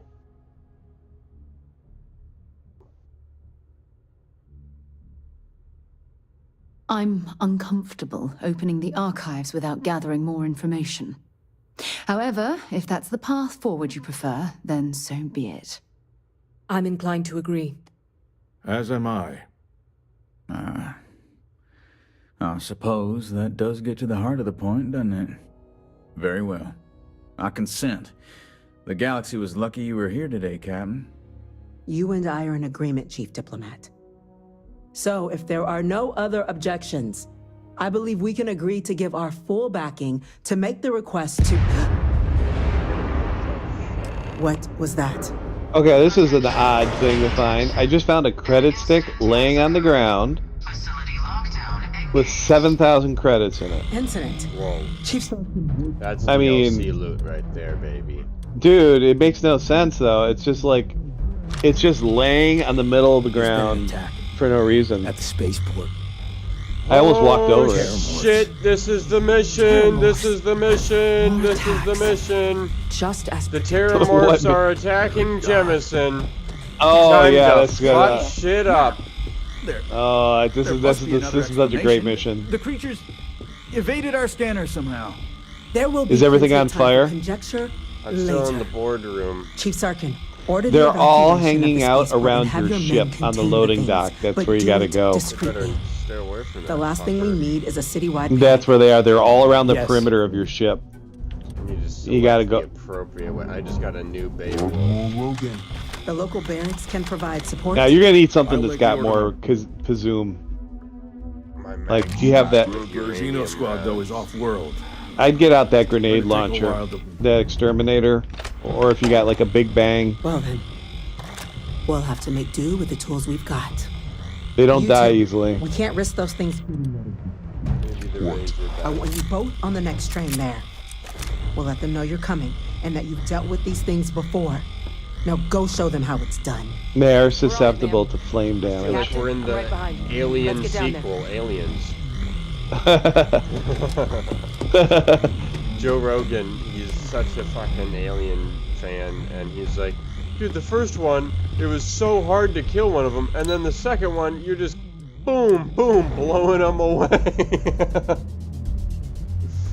I didn't know he was an Aliens fan. It's like his favorite movie. Is it really? The first one, at least. I saw the first one. The EM rifle, grab it! What the fuck is happening to these people? We're trying to help you! Why are they attacking the guards? Stop!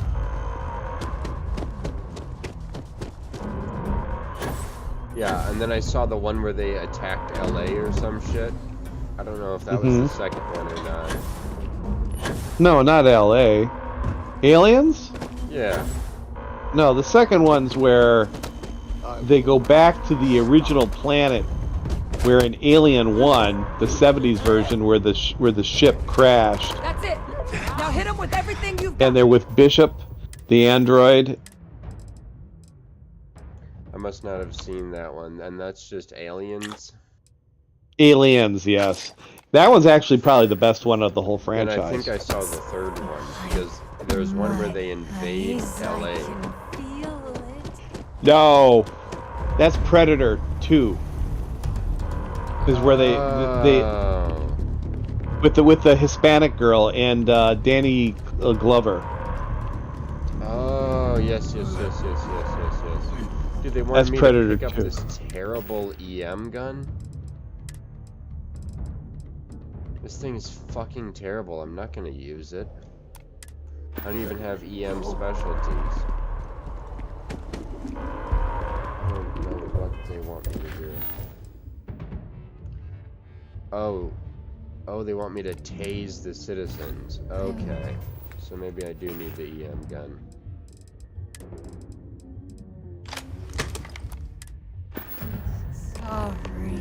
Now the question is, Riley, if this girl tries to kiss me on Saturday night, should I kiss her? Yes, but you shouldn't go any further than that. And then you just Yeah, don't speak of it ever again. Yes, that's kind of where I was thinking. I was going. That's kind of the. I think she wanted to Another tonight. loser. You don't want to be a homebreaker. No, I really don't. But I could go. I think a little kiss isn't. And if it's in a public place For what you where did. there's no chances of ending didn't- up in a bedroom, It's a We didn't wanna 30-year hurt them. kiss. it's a Way 30-year those people kiss. were acting. And it's not like I seen haven't this already before. tapped that quite a bit They in were the under past. the Terramorph's influence, weren't they? So I don't know. you know.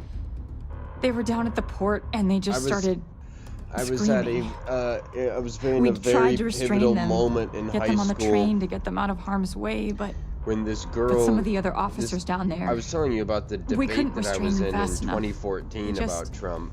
started And firing on this us. girl was like the People we knew. main fuck. She was going went hard berserk. at me on the Pheromonic opposite end on the projection. debate.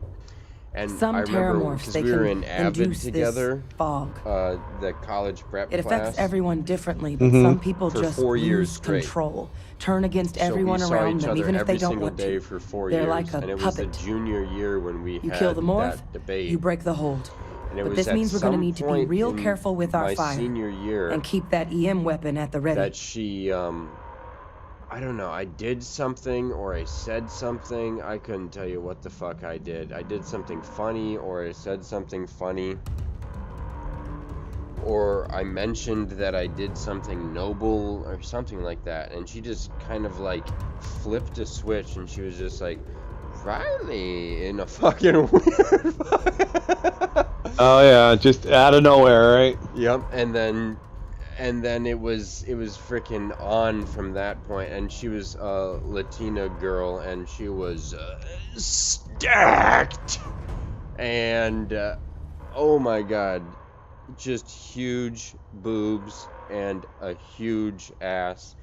And Something wrong? So I had, like, after school pretty much, we got in my car and we drove around and we just talked for probably 2 to 3 hours straight. And then at the end I walked her back to her car and she was smiling, but I didn't exactly know if it was the right time, so I didn't kiss her. I wasn't getting all the cues, and guys notoriously are terrible at cues, and I was not picking up on them, so I didn't kiss her. I later told Hi. her, hello, and she Let's was do like, it. yeah, I wanted you to kiss That's me. unlocked. Please. And then one time do I what was you can playing to help Ark them. with you guys on server 10, and I was like, hang on, I'm getting a phone call. And she calls me sobbing, and she's just like, her boyfriend lived in Ecuador, and she was Ecuadorian, and which didn't make any fucking sense to me. And she was like, my boyfriend just broke up with me, and I'm like, oh, that's terrible. That's terrible. Oh, that's terrible. That's terrible. Oh no. So then it was just on like Donkey Kong, and there was about 3 months left of our senior year. And my senior year Avid teacher, who my brother actually took the class under her, my older brother, and they go on this camping trip.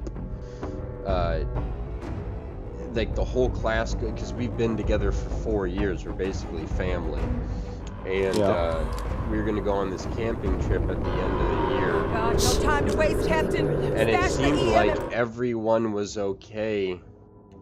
Like, we asked the teacher, and people were like, they were like, oh, well, the teacher was like, oh, there's a cabin. Like everyone's going to, and everyone in the entire class, yeah, I'm down for a cabin, I'm down for a cabin. I've been camping my entire life, and I've been a Boy Scout my entire life. I'm gonna sleep in a tent. Like, I don't fucking mind a tent. And she's like, I'll be in the tent too. And so we're the only 2 people in the class that want to be in the tent. And so I was like, do you want to be in my tent? And she was like, yeah.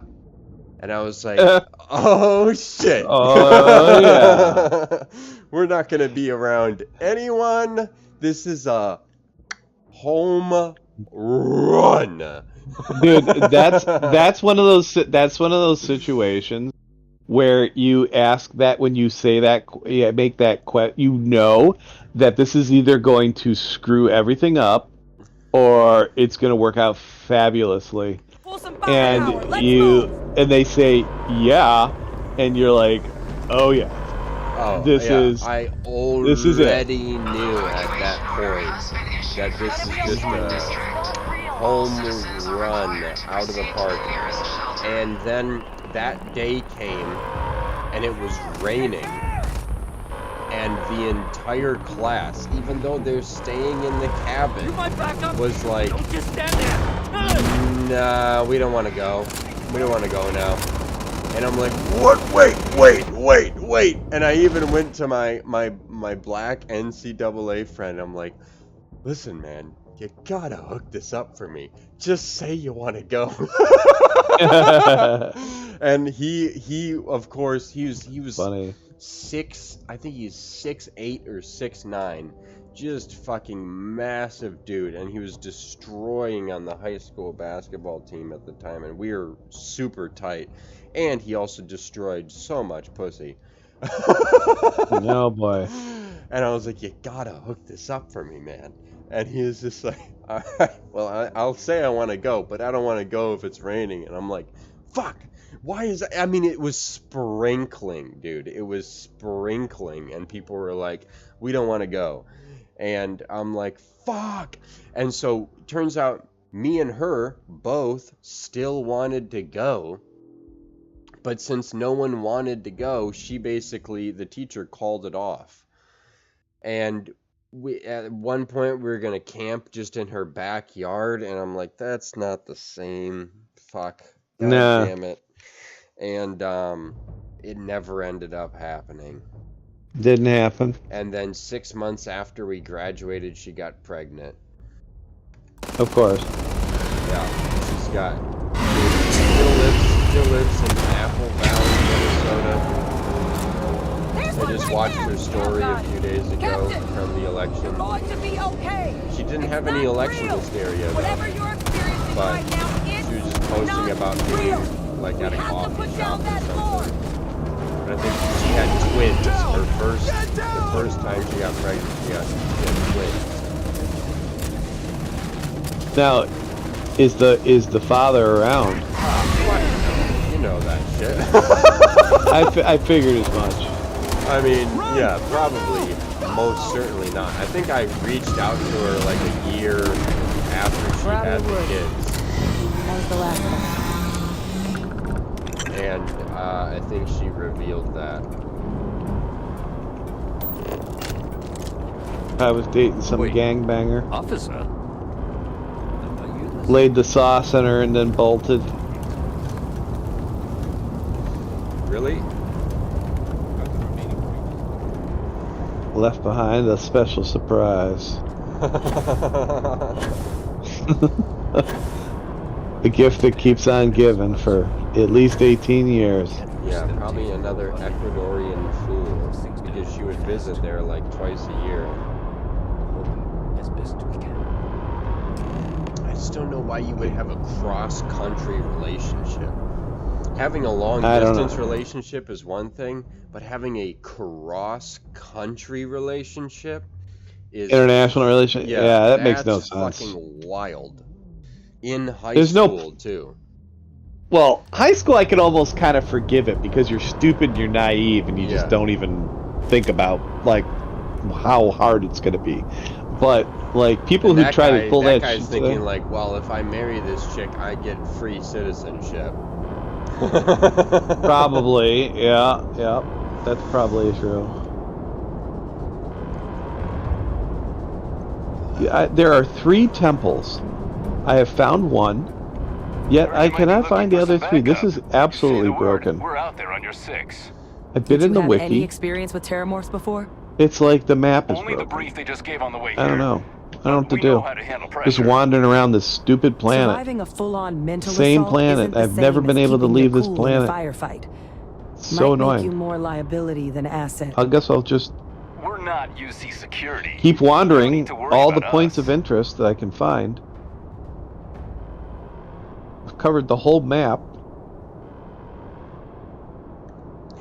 Yeah, I was working on my patio today, and I realized once I put down the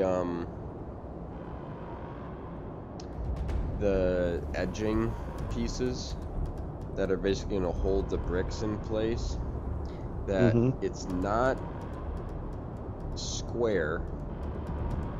It's not fucking square. So I had to take my trowel out, and I was digging into the edge of the hole that I had dug and taking out extra dirt to make it square. And then also I need more gravel than I thought I did. Yep. That's the thing about that shit. You never, when you try to plan those projects, you never end up getting enough gravel. It's just how it always works out. Yeah. And I need like a lot more, and I need a lot more sand. So I was almost debating on just getting one of those Home Depot trucks tomorrow and just loading up on gravel and sand and then just making a one-way trip. Or, you know, obviously I'd bring it back, but just filling the back of that truck up with gravel and sand. And then unloading it and then just bringing the truck back. Yeah. That's what my dad has been saying this entire fucking time. I think he's right. Like, you just want to get that shit in bulk as much as you can. Yeah, and I'm still gonna get the bricks delivered because I know that if I even rented a Home Depot truck, they're just gonna take a forklift and put that pallet of bricks on the truck and I'm gonna drive it back and all that shit. But once the truck is at my house with a ton of bricks in the back, I've got to get that shit down somehow. And fuck that shit, because I guarantee you, even if I moved those bricks like 3 at a time, that's still a 30-minute, 45-minute solid job of manual labor. Versus if they deliver it, and my dad has done this in the past, they just show up with one of those flatbeds with the fucking forklift on the back, and the forklift just boop pops off the back of the thing and then just drops the pallet down and they go. I still think delivery is way better for that. It's literally going to be over a ton of bricks because I did rough calculations, just like 8 by 9 feet. It's going to be like 400 bricks. They weigh, I think they weigh like 3.75 pounds, so it's going to be a ton of bricks. Yeah, it's gonna be it's definitely gonna be a lot of shit. So fuck it, just deliver it, drop the pallet in my driveway, and I'll work through them as I do. You know what I've been doing is I just keep a tarp in my back seat, and then I just put it over my back seat, and I put the gravel bags in my back seat, and it looks like I'm just fucking... I'm surprised no one has asked me about it, because they're like, why is a dirty tarp in your back seat? Well, it's for the bodies. Oh my god. It's for the bodies. Nah, just kidding. I'm building a patio in my backyard. Roger that. We're on you.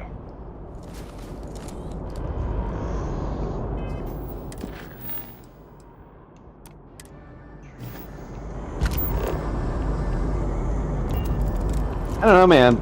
So this girl, she just texted me. I told her, let me know when you got home safe. She had a couple Cosmos. I was a little concerned. And she writes,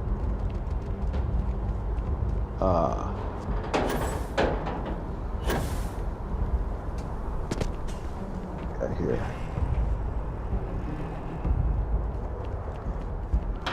I had a smile on my face while driving back. That is good. GOOOOOOPPP.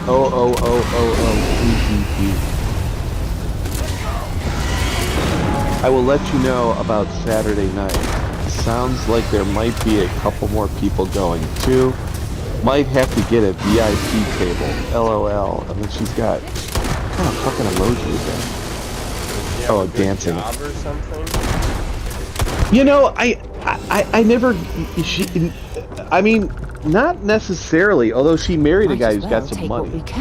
I don't think he's got that much money, but I think he's okay. He almost got hired to work for Blue Origin.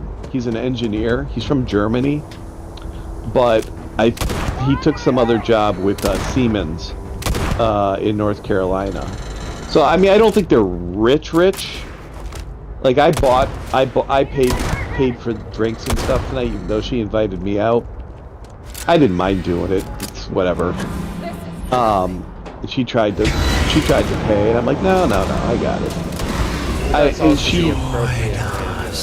You just be like, yeah, I'll pay, and then you just be like, no, I'll pay. no, yeah, but you know, at the same time, like, a real man's not gonna, like, you know, you just buy the fucking shit. It is what it is. You know what I mean? Nice work, Captain. You know, unless it's just like, unless it's just some hoe. If these things reached the populated areas of the city, and I've listened to absolute plenty of massacre different on our hands. podcasts on this topic.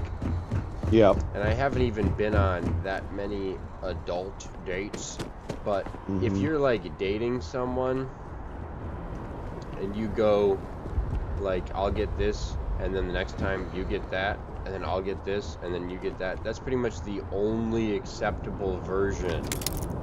It is. The guy not taking it every time. It is, and actually my ex-girlfriend of 2.5 years, that's the arrangement that we actually had. But that was because also she was like one of those, like, you know, independent kind of women. Like, she didn't want to be beholden to the patriarchy. Right. So, but I did that out of respect for her. Like, I didn't like doing that, but I actually let her do that because that made her feel comfortable. So that was fine with me. But generally speaking, unless I think they're just trying to fucking use me for a cheap free dinner or free drinks, right people. I just fucking pick up the tab. I'm like, you know, whatever. You know what I mean? Like, if this woman's thinking about wanting to date me and be with me because I'm going to provide security, safety, and a comfortable life, then I should demonstrate that I'm capable of doing that. If you two hadn't been here. Just glad that That's you how rise I to see the it. occasion. Even though, Captain, we should in a report back to perfect the world, President. Let her know the terramorphs you have been know, dealt with. if you're not Take care of having yourself, sex, Sergeant. or you're not getting any kind of emotional compensation, why should you pay for their entertainment? And then it just comes back to the same thing, which is because I'm a man and I'm in control of my own decisions, and I came out tonight, and I'm going to keep control of the situation, because the minute you don't pay for something, then they actually have leverage over you in a weird way. The way to do it, if it's like a first date situation, and they're not, you can tell that they're not out just for a free drink or a free meal, and you actually like them, you just say like, nah, you're the treasure here. I've got this. That could go over really well or really bad. It depends. Like what I did with this girl, and I do this with a lot of girls, is they'll say please, and I'll say, I'll tell you what, why don't you pick up the tip? And they're like, okay, and then they're fine. Yeah, that's a good way to do it. Yeah, so like if it's $100 bill, then they'll leave a 20, and like, you know, they're fine with that. You know what I mean? And then they feel like they don't have to feel like, you know, that they're cheap, because they don't want to feel like they don't want you to think that they just wanted a free meal. So it shows that, you know, they're sensitive to the fact that they want to be part of it. You know what I mean? And you just, and that's a good way to do it, because you're picking up 90% of the bill, and they're picking up the tip, and it's all good. Yeah, I'm guilty of this too, but also what good girls will do is you notice they're scanning the menu for cheap shit. And I do this too when I've been out with my parents when I'm an adult, or if I'm out with like my friends' parents, like my best friend's parents.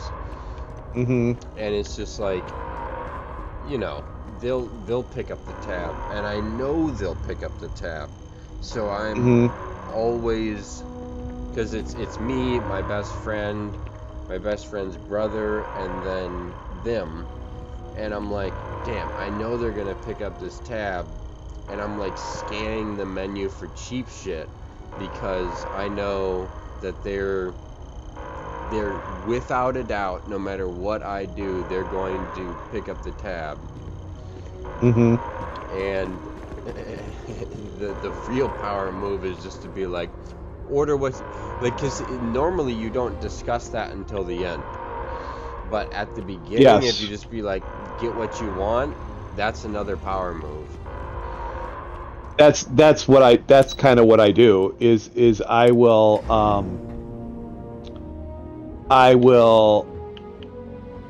say, like, so we sat down tonight and our plan was not to have any food, and she had a Cosmo and she goes, I really want to have another Cosmo, but I'm afraid that if I keep drinking I'm going to get too drunk and I won't be able to drive.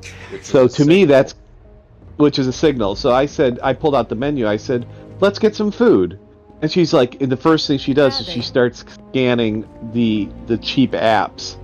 And I said, get whatever you want. I don't care. I'll eat anything. Let's get some real food. You pick. We'll split it and just eat what you want, and I'll pick at it.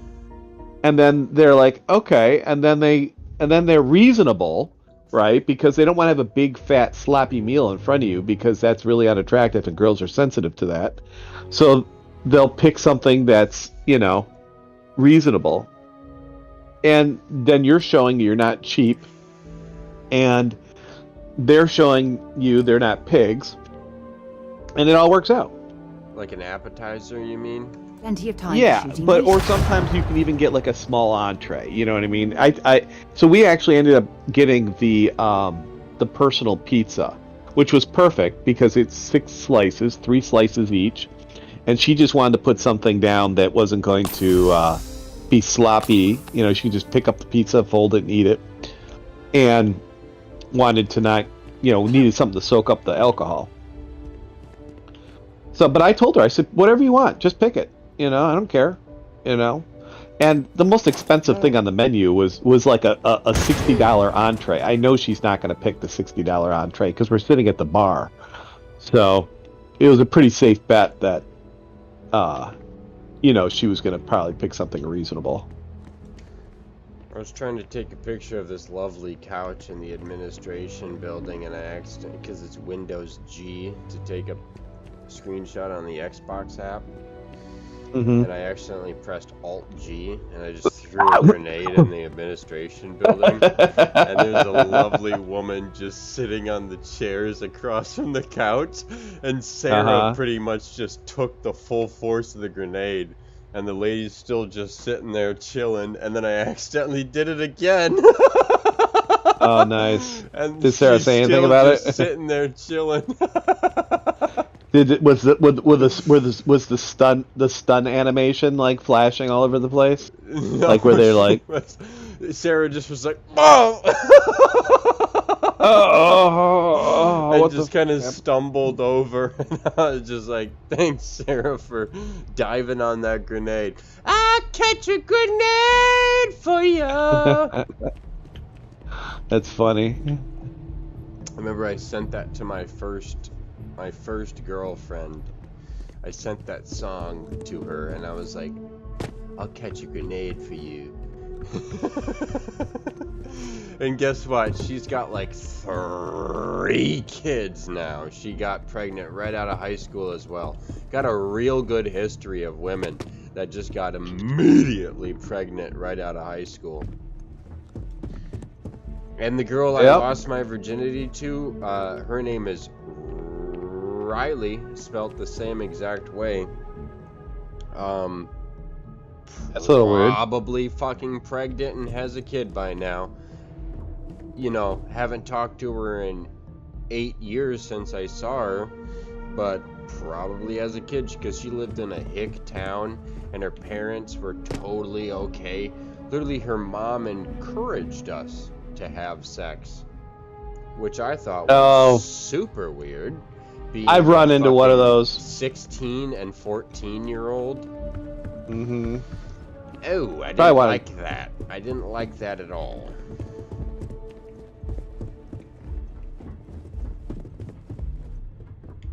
Captain? Hadrian? It would appear that the cabinet owes you our thanks for what you did for the city today. Came as into well the as room at the middle of the an night, apology. and I think we were like, your concerns about the terramorphs, while spooning. we'll consider them validated. Thank you, ma'am.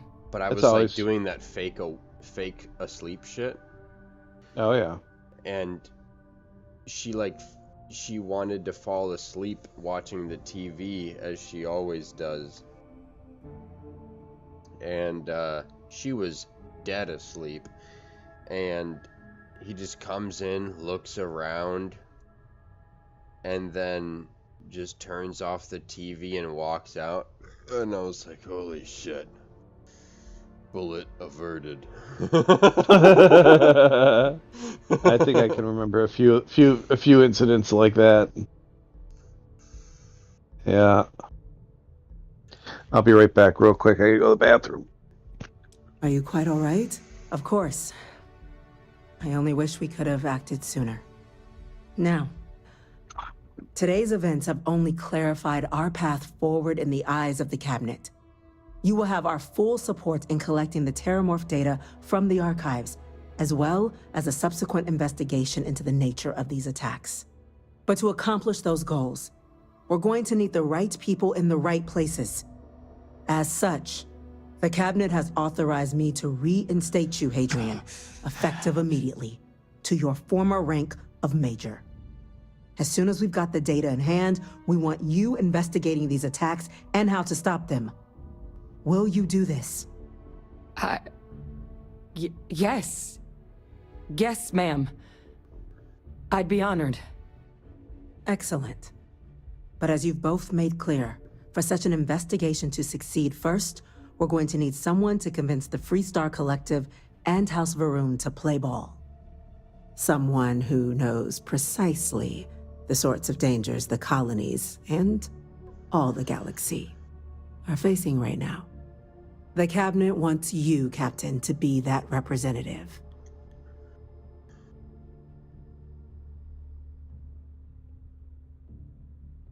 We do. In exchange, we're willing to fast-track your citizenship upon collection of the data. So, will you help us? I'm glad to hear it. Now, we, of course, won't be sending you in without the proper support. Deputy McIntyre in the Office of Interstellar Affairs will be your guide on gaining access to the archives. You should be able to find her in her office across the hall. And on behalf of the whole of the United Colonies, you have our thanks. You're dismissed. Any troubles? I need to pee. Hey. I'm gonna go check in with Chief Engineer Kulkarni. Start getting a plan together for that data.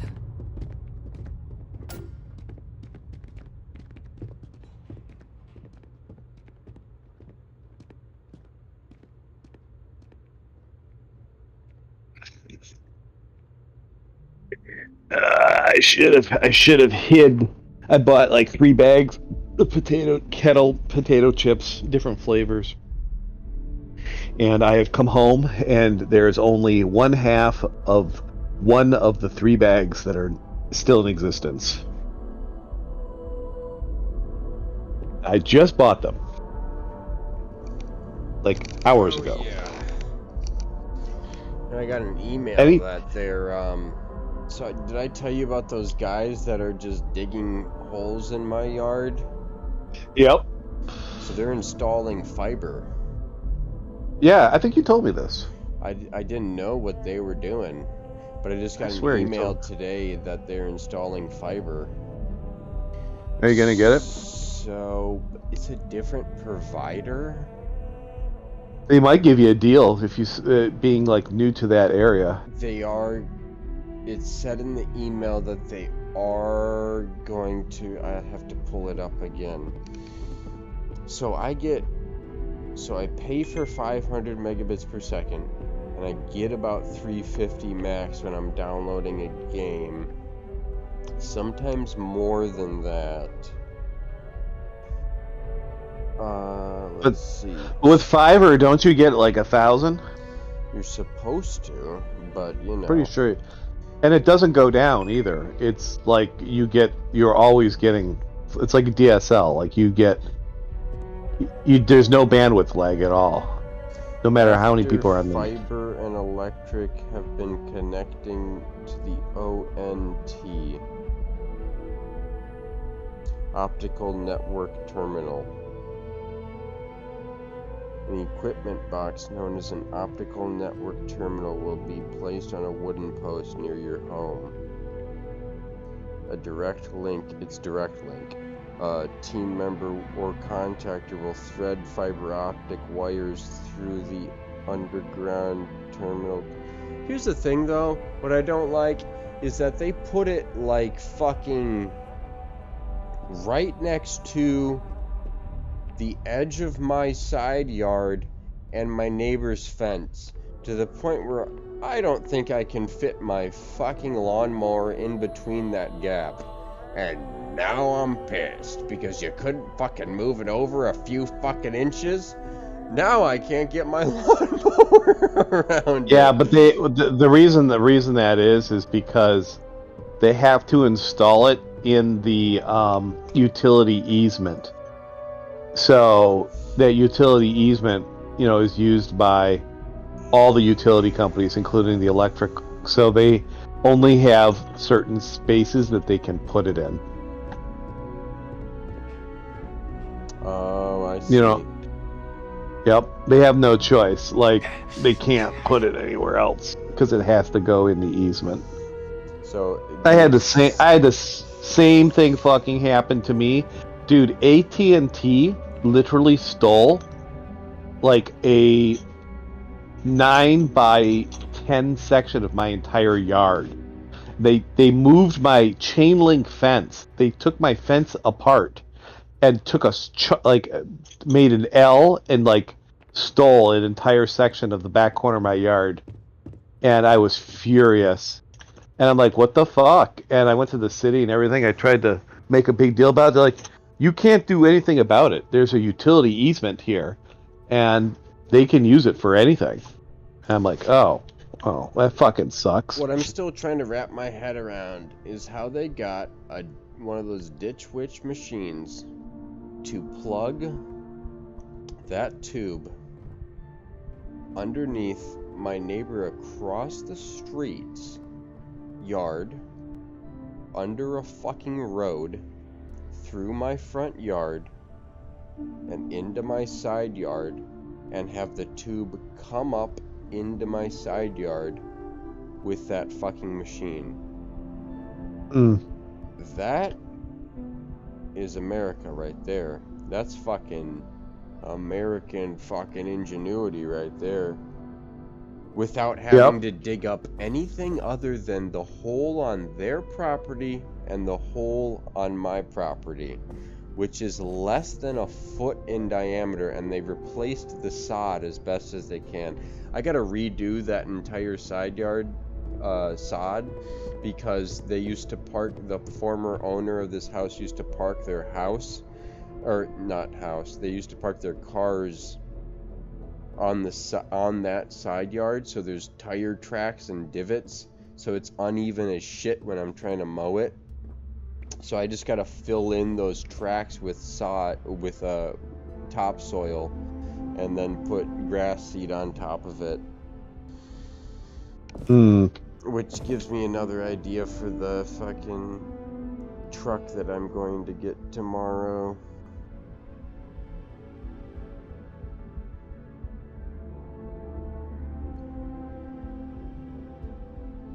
You are not obligated to take direct link services after this installation, but we encourage you to take advantage of this conversion opportunity now, comma, I found a typo, should you change your mind in the future. Again, this fiber optic connection will be placed at no cost to you or the park management. They are replacing the existing copper cabling.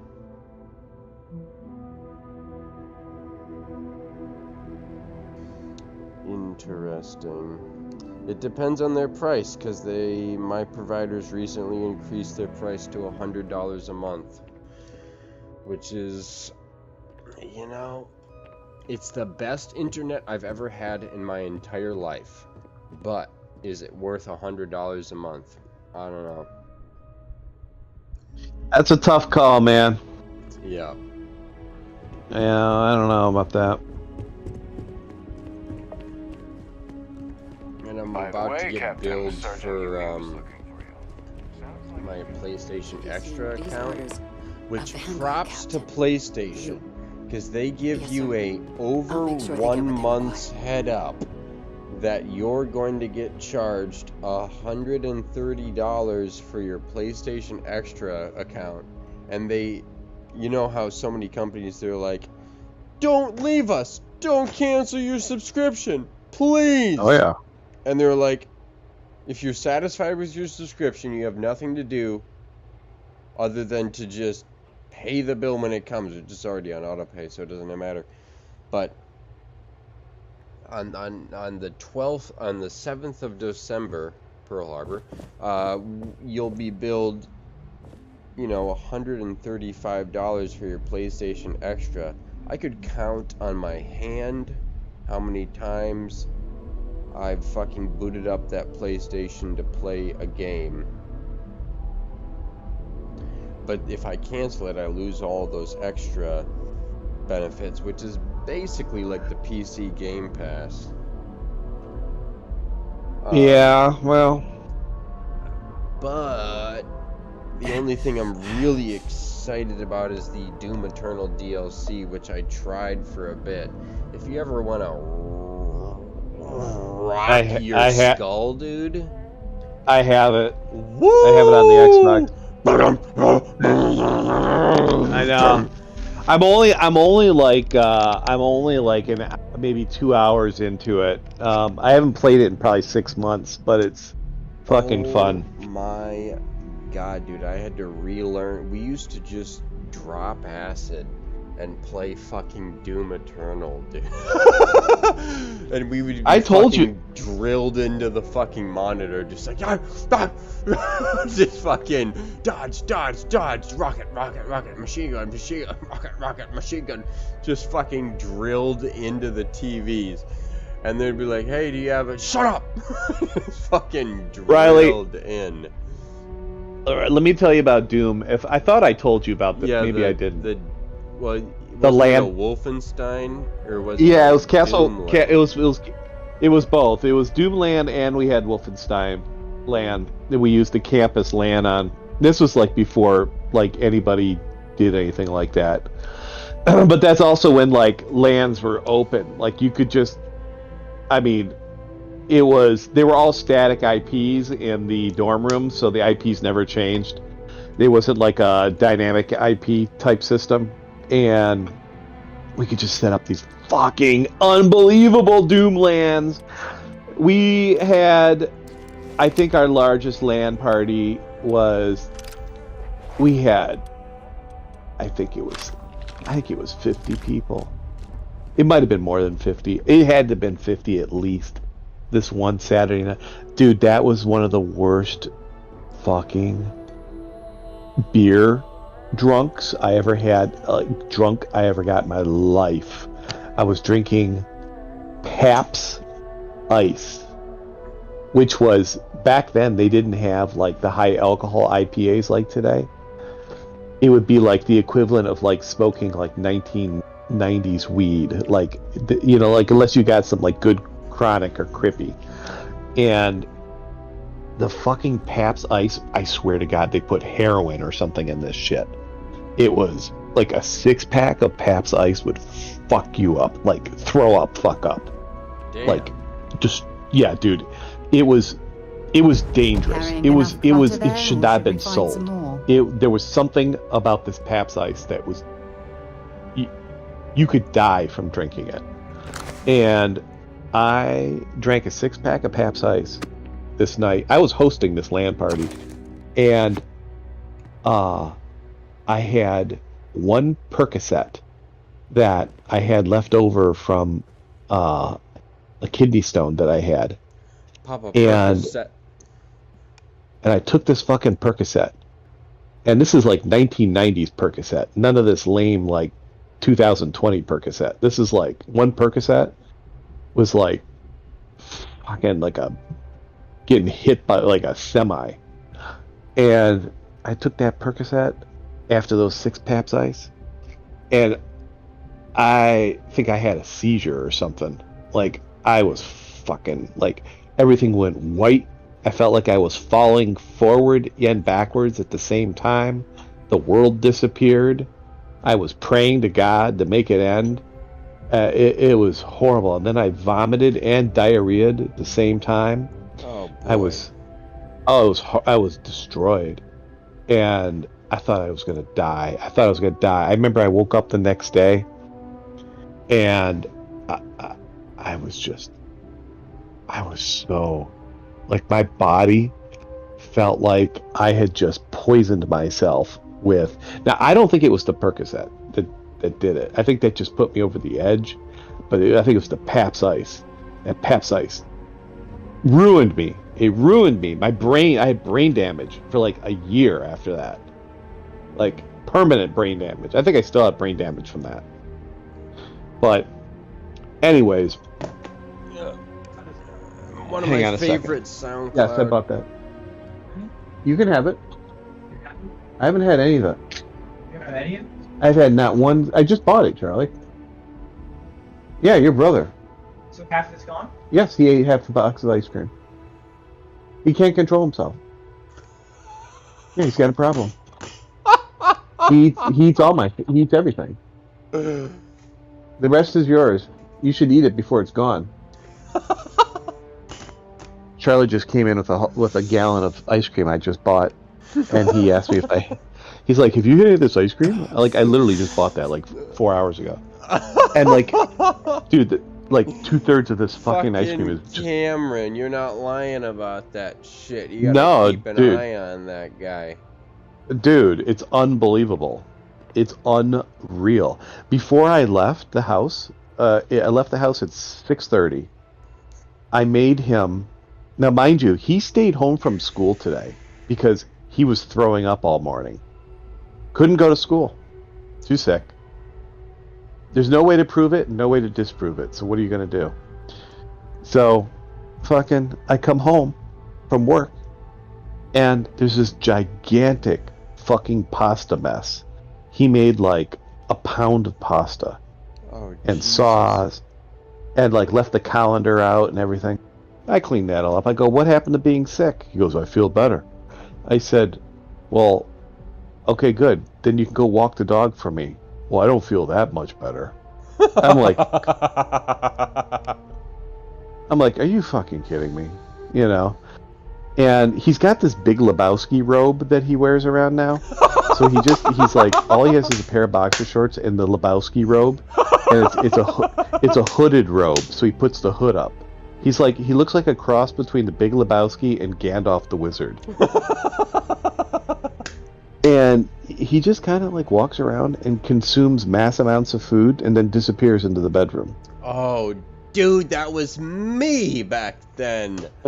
But here's the thing is, my parents wouldn't fucking... If you missed school, there was hell to reckon. Oh, there's hell reckoning. There's a lot of hell reckoning that goes on here too, trust me. I missed probably, I think, through my entire K through 12 career, I missed a total of 6 days of school. That's impressive. Yeah, I missed 4 to strep throat, which I most certainly did have, and honestly, on the last day I could have probably gone to school, but since it's contagious, my family didn't want to spread it. But one day I threw up after 2nd grade, so the next day I didn't go to school, but honestly the next day I felt completely fine, and it felt like a snow day.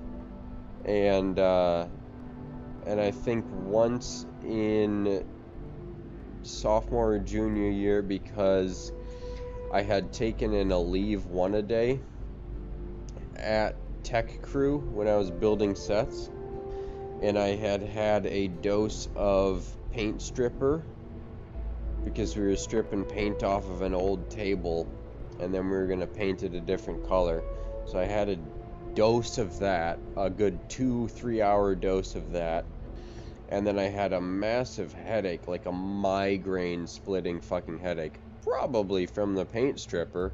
So they were like, yeah, there's painkillers in the theater director's office. So I go in there, and the only thing she's got is Aleve one-a-days, which I didn't realize how powerful those fuckers are until I took one. And this is when I realized that I was uber sensitive to fucking painkillers, because the only painkillers I had taken up until then were those like chewable kids fucking painkillers. So I took one or two of those, honestly can't remember, but I ended up going home early because I didn't feel great. And I go home and I go down to the I lay in my bed for like 2 hours, and then I go home.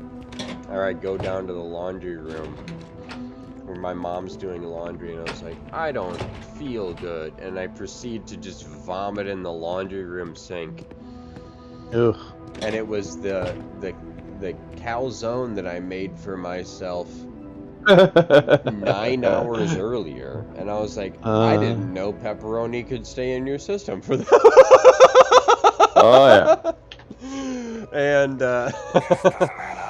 I took that day off, so total 6 days of my entire K through 12 career. But yeah, nah, it was you're going to school. You're going to school my entire career. And I intend to keep that for when I have kids. You're going to school.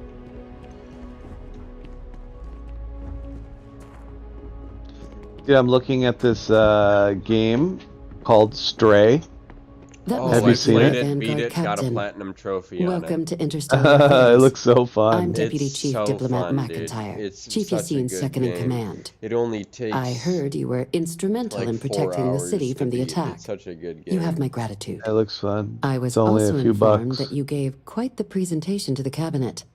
Chief Yassine wants you to know the Interstellar Affairs Office is fully committed to this endeavor. I don't know if I got a accessing the platinum Terramorph trophy on data that and or beyond. not, We're but going I to do definitely beat everything it. in our power to make sure you have the tools you This need. RoboCop Rogue first City getting you looks into the freaking archives. really good. You do know what the archives are, correct? $23 with Game Pass, normally $60. It looks like Cyberpunk, but it's the RoboCop. It's got 4.5 stars. Someone paid attention in current events. So, then you also know that it was originally managed by the three major my galactic favorite players. rapper on Access to the archives SoundCloud, is only he's granted kind in of cases like, of dire emergency. I'd like and to requires think a he's one of the one-time use biggest code from each underground of the three rappers. armistice He just signatories. stays independent and UC, doesn't sign with Freestar anyone, but he Collective, releases and like House an Faroon. album every Now, the 1.5 UC is already on months, board, like, no joke. so that He means we'll releases need to like convince 20 two people. songs The ambassadors of the every Freestar 1.5 Collective months. and House Faroon to hand over their Who is codes. it? Get them both and He's you'll a have your data. Texas But rapper. that's a lot easier said than done. But he has this lyric. He says, Papa Percocet, I'm in Nicaragua. I don't know why he says Nicaragua, like Nicaragua. But he's like, Papa Red Corvette. And I'm like, I'd never taken a Percocet. But I fucking will not. I will refuse to die before there is a red Corvette 2016 Stingray in my fucking garage. I have a model car that is 1/16 scale. It's blue, but it's a 2014 Corvette Stingray Z06, and I will get either a 2013 to a 2016 red Corvette, and I'm going to park it in my 2-car garage of the single family house that I will buy. And I'm not gonna fucking die before I achieve that goal. There's That's a good goal. nothing that's going to stop me from that goal. Me and my friend, my former roommate Marcus, we're good friends. We play video games. He's who I play with on Wednesday nights, pretty much. But he's like, yeah, when you gonna fucking buy that Corvette? And I'm like, I'm waiting because I need a garage to put it in. I need a boom. Fucking turned it off in the garage, light goes dark, and I fucking hop out, and it's fucking there when I arrive in the morning, untouched by the weather. I can't wait. And that's an investment, because I guarantee you the front engine that's the last generation of front engine Corvettes. That's an I don't know yet. I know for sure that it's going to be more expensive when I buy it than it was when it came out. So I know it's going to be an investment because people are going to be looking for the last generation of front engine Corvettes, unless they go back to making front engine Corvettes, because now they just have that mid-engine bullshit and it looks like a fucking Ferrari. And that's all the ones you see around here is those mid-engine ones.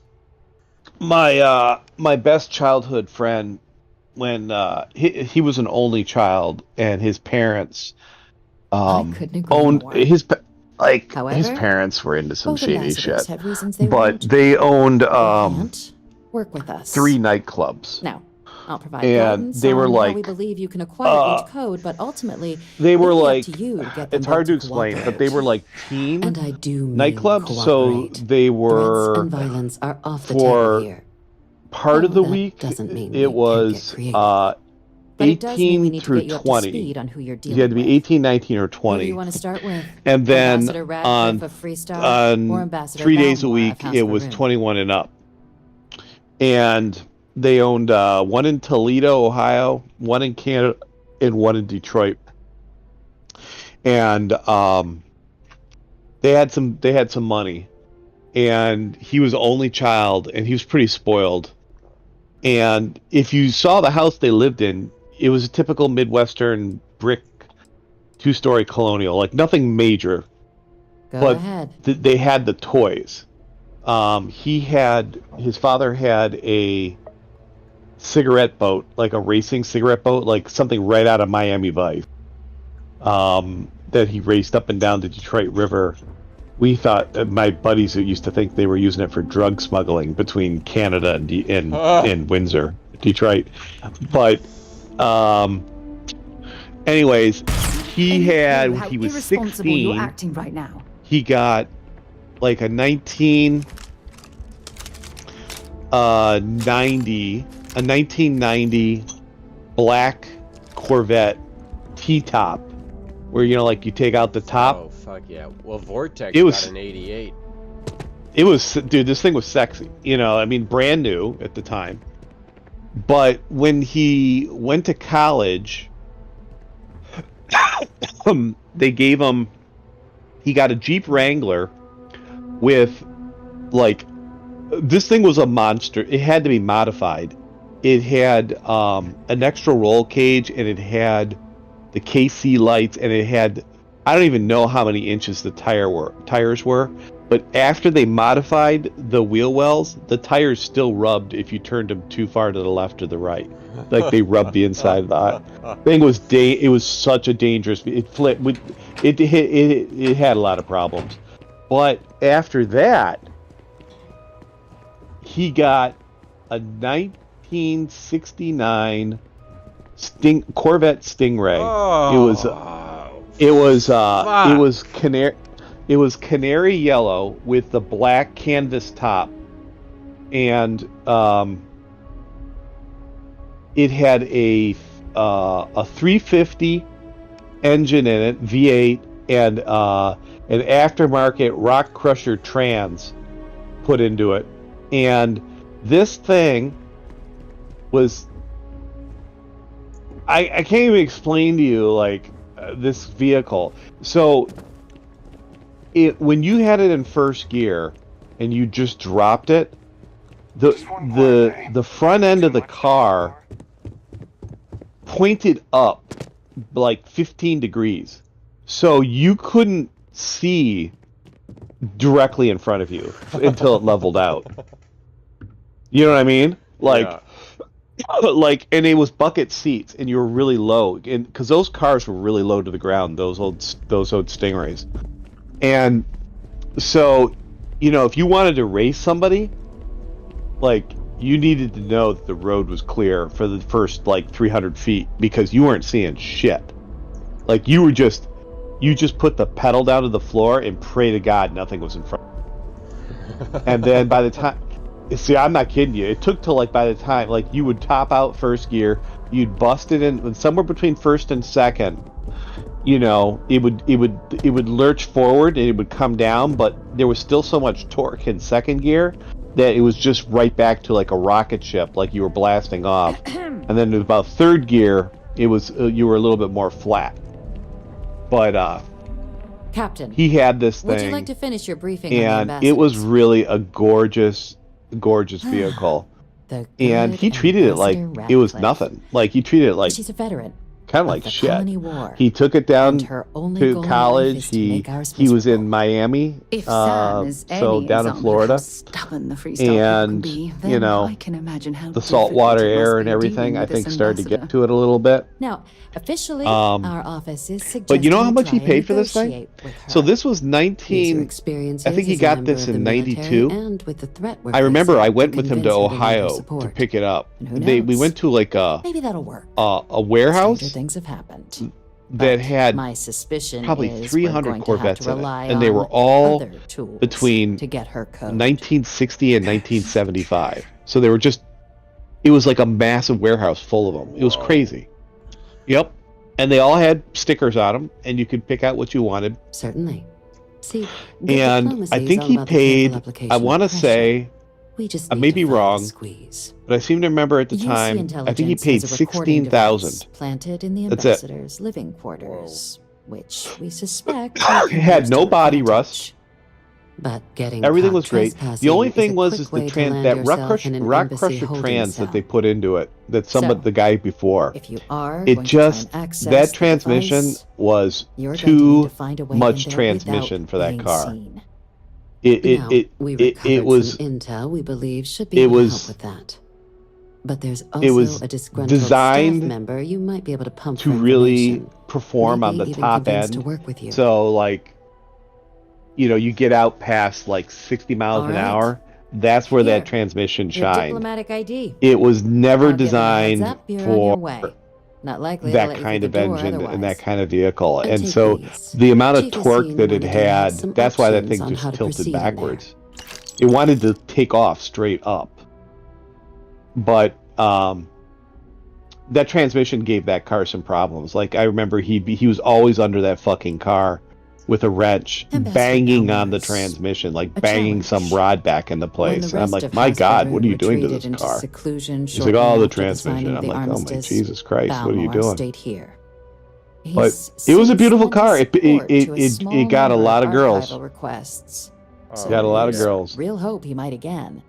And I never thought yellow would look good on a car. Quick way to earn yourself a psych eval. You know, that canary, almost like a muted, like not a banana, but more like a muted yellow with that black convertible top. Man, that thing was sexy looking. Of course, but there is another wrinkle. Yellow looks very We're not good 100% sure Balmore is actually still alive. Ferraris. His public appearances were always rare, but it was a pretty car since he last posed. And then our other scans. And then our other friend had to compete with him. His father got him a Your task is to 911 Porsche 911 Boxster. Under the armistice. Yeah, and then my other friend, his father, who didn't have as much money but still got a badass car. But our spies have stated it was like the second generation Mazda RX-7. This device should get which you all the way was down to the a embassy interior. freaking Once you're inside, though, fast as finding the hell ambassador car. is going That to thing, be up to that you. thing could actually And fair compete with the warning, Porsche. we received a Does that report have that that RX. alarms might have been tripped inside the embassy during the rotary attacks. engine? Rotary Check the automated security engine. in there. Yep. Oh Now, boy. if you have additional That questions or thing, require it clearance for a was new approach we haven't turbocharged, already discussed, and don't he hesitate had to ask. aftermarket turbos. I'd suggest you He had start with the Ambassador original turbos Radcliffe. ripped out of it, Approach her while and the attack he had is some still fresh aftermarket on her turbos on and her there. staff's He ended up mind. crashing it. Dude, he crashed smart it going effort, Captain. 35 miles an hour Oh no. on his block where he lived. He put it right into a fire hydrant because he couldn't drive stick. Yes. What?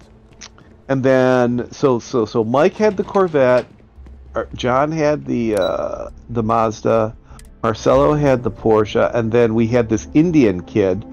Both his parents were doctors, and he had the answer to the RX-7. He had the fucking Dodge Viper. Ah, Captain. Oh, Congratulations on And it was tricked out. He took it to have a chip put into it, an aftermarket chip that took all the throttle limiters and stuff off of it, because it wasn't street legal without that dealer chip. And I think he had to send it to like New Jersey or something like that, and they took the computer out of the car, and they put a whole new computer in this chip, and then they tuned it for that chip, and that car was wicked fast. I mean, it would kick the shit out of a Lambo. I mean, it was insane, that thing. Hard to believe it's been 2 decades. And then when I went to with the collective. no, it was I think it was a V10. Oh, I think it was a yeah. V10. Yeah. It was a V10. Because I think they made V8s and V10s. Yeah, I'm pretty sure it was a V10. And I'm going to be up and then this other kid that we knew, visiting anything he got Star Collective. what it was called the Snake If you Skinner, need, and I'll follow. and it was designed to beat the Shelby Cobra, and it was an Eagle Talon. I don't know if you remember the old Eagle Talons, but these fucking Eagle Talons were dual turbocharged. I'll make sure it doesn't happen again. I mean, ridiculously crazy fast cars, and they were cheap, like 25 grand or something like that. But with the right modifications to them, they were unreal. Let's see, I think I got a picture of it. Where is it? Eagle Talon. Snake Skinner. That woman is an absolute... Oh, See. sorry. You take one look at it and you're like, no way. You're the Vanguard captain, right? But this was I all about in to the board early the net to the 90s, like spaceport when the alarm when triggered. they were, Sounds here like it I got is. real lucky. And like I've got you to thank for things not being a lot uglier.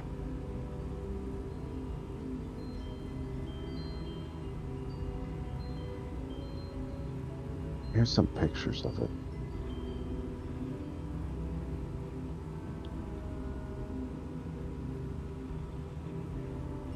He was from New York. He lived in a town called Mount Kisco. Then you have His my father earnest was thanks. some kind of like, But look, they I said don't you were know. coming here on He was official like- business. he was like a The diplomat ambassador or likes some to handle shit. all that personally. And he Even if he had does like have trained literally, they diplomats had here to on help this, her. it's called Mount Kisco. And I don't want to get shit back to And Tequila City. his family was the only family who lived you on should this probably mountain speak to in her. New York, state of New York. And you had to take this winding road up to the top, and there was like I'm not even want kidding to you, work there was like a with me? small castle. Aye. And Why when don't we talk somewhere this was when I was in a bit more boarding school in Massachusetts, his father came and picked this kid up and me from boarding school, so that we could come home for the weekend and visit. And his father picked us up in like a 1945 Bentley, and this Bentley was no joke. Like the inside of the Bentley, the back seats had these mahogany antique tray tables that came down that had all like carved and inlaid wood. Like, it was just Why now? unbelievable. Like, just Unbelievable. Like, you just don't see shit like that.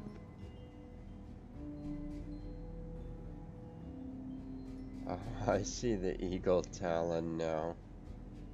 Yeah, I'm trying to find the one that he had. It almost looks like a Mitsubishi Eclipse. Yep. I had that was my first car because it was a hand-me-down from my brother. The 1991 Eagle Talon TSI featured a turbo and high-tech performance magazine, produced over 550 horsepower at the wheels, and has been tested in front-wheel drive form. Now, this is the one he had. The Eagle Talon TSI all-wheel drive. Can you imagine the torque that this thing has right off the line? At over 550 horsepower. Showcased in Pursuit of Happiness, the movie, was built to perfection with extensive modifications, including engine upgrades, suspension mods, and interior changes. Oh, it was in Fast and Furious.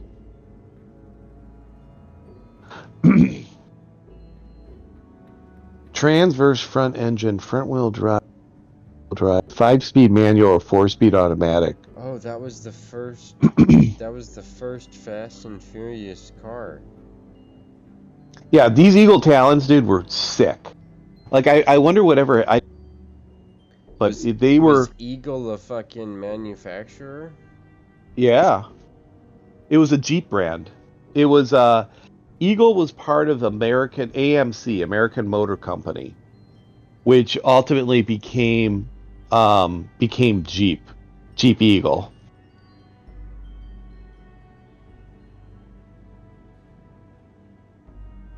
Whoa. Eagle Talon has a rich history in motorsports, multiple championship wins, appearances on Car and Driver's top 10 best cars list. I think that's a pretty safe assumption. Known to have been what modified extensively for racing and high performance applications. What would you need from me? Yeah. So my buddy who had this fucking tricked out Eagle Talon, all he did was look for people like with Porsches and like shit like that, and they would look at his little Eagle Talon and they would laugh at him, and he would just destroy them. Destroy them. Okay, Oh, here you go. First, Eagle you need Talon to is a buy sport a compact P, and hatchback that coupe thing doesn't live manufactured aside. as part of a joint venture Had a chance of between spraying the Chrysler atom with a and spoon and me Mitsubishi. getting that from Wow, her. that's a weird team up, huh? In 2 generations, they started making them in 1989.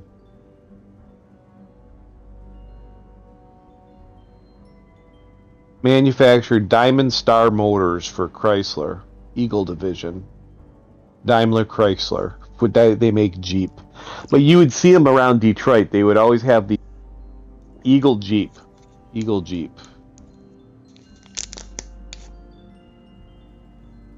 They were built in Normal, Illinois. Normal, Illinois. Yep. Her quarters. The Wikipedia was just updated That's 2 weeks doable. ago. And you and the UC will be providing me But with this one, they're for called my the services. Snake Skinner configuration. So here's one I thought you were that's looking to similar. hire me. This is the all-wheel I'm drive taking a version, the bribe. TSI. It's the turbocharged one. The 1997 Eagle Talon, 850 horsepower. Okay. Dude. You got yourself a deal. Come on. Okay, so there's a utility That's corridor that leads crazy. to the ambassador's quarters, which you can access through the main conference room. I'm looking at some Here, pretty cool pictures the key. of it. Here's the Fast and Furious Whatever you pictures. do, Fast and Furious don't let the blows guards the see you engine when entering he or puts too exiting much the utility NOS through section, it. or you're Yep. gonna be in serious hot water. I'll keep an ear out Beats for more import instructions from the every UC. time, but it wasn't an import. Right. That's crazy, because I was thinking that it's some kind of Subaru or Mitsubishi And Vin Diesel says muscle beats import every time. Turns out it was just a Dodge Charger versus an Eagle Talon. There you go, man. 2 domestic vehicles. This building is Freestar. I'm reading through this Reddit right now, Going here. and all these guys are like, they're talking about tricked out, you know, rice burners, like tricked out Hondas and CRVs and shit like that. This guy in this Reddit's like, fuck that, I got a 1996 Eagle Talon. And everybody's making fun of him in the Reddit, and he's like, anytime, any place, you name it, I will rip you apart. They're all laughing at him. Agent detected.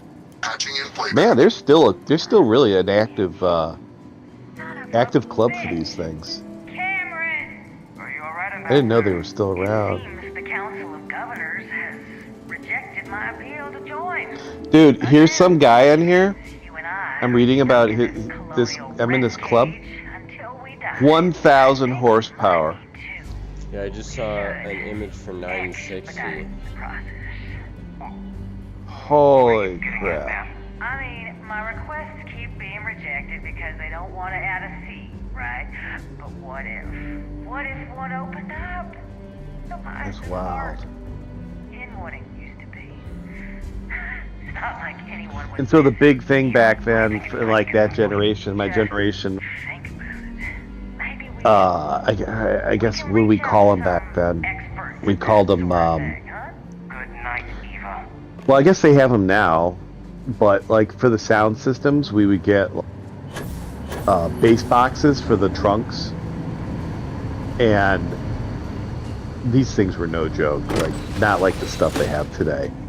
These things would put out the kind of bass that would give somebody like a brain disorder if they were standing too close to them.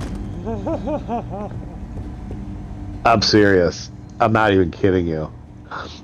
I remember when the Indian kid I was telling you about got this bass box for his trunk, and it was ridiculous, and it was the loudest thing any of us ever heard, and he wasn't satisfied. He was really disappointed, and we were like, bro, this thing is just, I mean, they can hear this low frequency bass for probably 10 miles. Like, what are you talking about? He's like, no, it's got to be louder, it's got to be bigger. And we just thought he was kidding. And like 2 weeks later, he's like, all right, I got an upgrade. You guys want to see it? And we're like, yeah. So he opens his trunk, and we expect to see like maybe just bigger woofers in there, and like a new bass box. No, that's not what he did. He had some company use the actual interior of the trunk and like built the entire trunk as one giant bass box, and it had one single woofer, and I swear to God, that speaker was like 4 feet across by 4 feet across. Jesus and Christ. Yep, and you know how, listen, this is great though. So we're in his parents' garage. It's a 2-car garage. He closes the fucking garage door, and we're all in the garage, and he goes, are you ready? And we're like, all right, let's hear it. And now we're in an enclosed space in this fucking garage, dude. And he lights this thing up, and it was like, you know, I mean, like, I seriously, it almost knocked everybody right over. Oh my God. My eyeballs almost came out of my head. Dude, my friend got his aunt bought him a 2016 Honda Civic, and so what he proceeded to do was take up the entire trunk space with a subwoofer. And yeah, that's what this guy did. a fully custom speaker system to go along with Yep. it. And then, so, I mean, this thing, you would think that it would shake the fucking wheels off when it would roll down the street. Because he would just be like, well, just let me turn it up. And when someone would front with him at a stoplight, he would just be like, just pound the fucking speakers. Sounds like it was a real I mean, mess you down at the couldn't spaceport. even feel your fucking heartbeat anymore when he turned that thing up. Oh, I believe it. And so we went to one of the parking lots that you could keep your cars at for college, and no one was there since it was the weekend. So I was just skateboarding in the darkness, and he was just leaning on his car, just pounding, just with the trunk open, just fucking You're allowed 3 pounding places: shit. And I was conference room, just lobby, or skateboarding the to the ambassador's beat. office. And You set foot anywhere else? all of a There's gonna sudden be the cop problems. just pulls in. He's just like, "What are you guys doing?" I was just like, "I'm just skateboarding." He's like, "All right, well, we got multiple complaints about noise. We're gonna need you to turn it down or get out of here." And we did both. That's wild. That is wild. That's wild. Talk to the ambassador. Man, it's so great. It's so funny, like, how when you think back to those years, though, like, what was important to you, like, having shit like that, like, just ridiculous for no other reason to have that kind of shit. Yeah. Yeah, when I put I bought my brother's Pontiac Grand Am 2002 coupe, original chrome rims, and I bought it from him for $500. I cut him a check, and it was a sweet car, and he also likes cars, so he knew what car to get as his first Everyone's car. a little on edge after the attack. And he had bought a 2015 Chevy Colorado, because he was a civil engineer already at that point, so he was pulling in great money. And he moved in with my cousin, who's literally been obsessed with cars his entire life, and is still a body shop mechanic to this day, I think. And so he told him the lowdown of what car to get, pretty much. So I bought that car from him. It had 210,000 miles. I think when it shit out on me, it had 222,000 miles on it, so it could have literally driven to the moon. And That's crazy, man. That thing lasts, like, cars just don't last like that anymore. yeah, and you know what went out on it? It was leaking transmission fluid, but that was like a nothing burger versus those cars had a phenomenal ability to have the driver door fault out. So the driver window basically fell into the driver door, and it would not come out, and it was already cracked. The whole housing interior was cracked on it, and it would not come out. And so I had to saran wrap that fucking window and drive it 2 hours home from my fucking just shivering in fucking 20-degree Minnesota weather. And I was like, I know, fucking done with this car. Dude, I know all about the fucking saran wrap in the window. I had my fucking old 1988 Cutlass Supreme Granny K car that I drove for 3 years. Two attempted thefts of this car. I don't know who would only in Detroit would somebody want to steal that car. And I had it broken into. I had the passenger side window shattered, and then I got it. That was in December, and I finally saved up enough money to get a window from a junkyard and fixed it. And a week later, they fucking smashed in the driver's side window in January. And I was like, fuck this. I'm not replacing this window. And I had a fucking black trash bag. So you could not see out the driver's side window. So you couldn't look in the mirror, on the side mirror, nothing. It was a death car because there was blind. It was just a giant blind spot.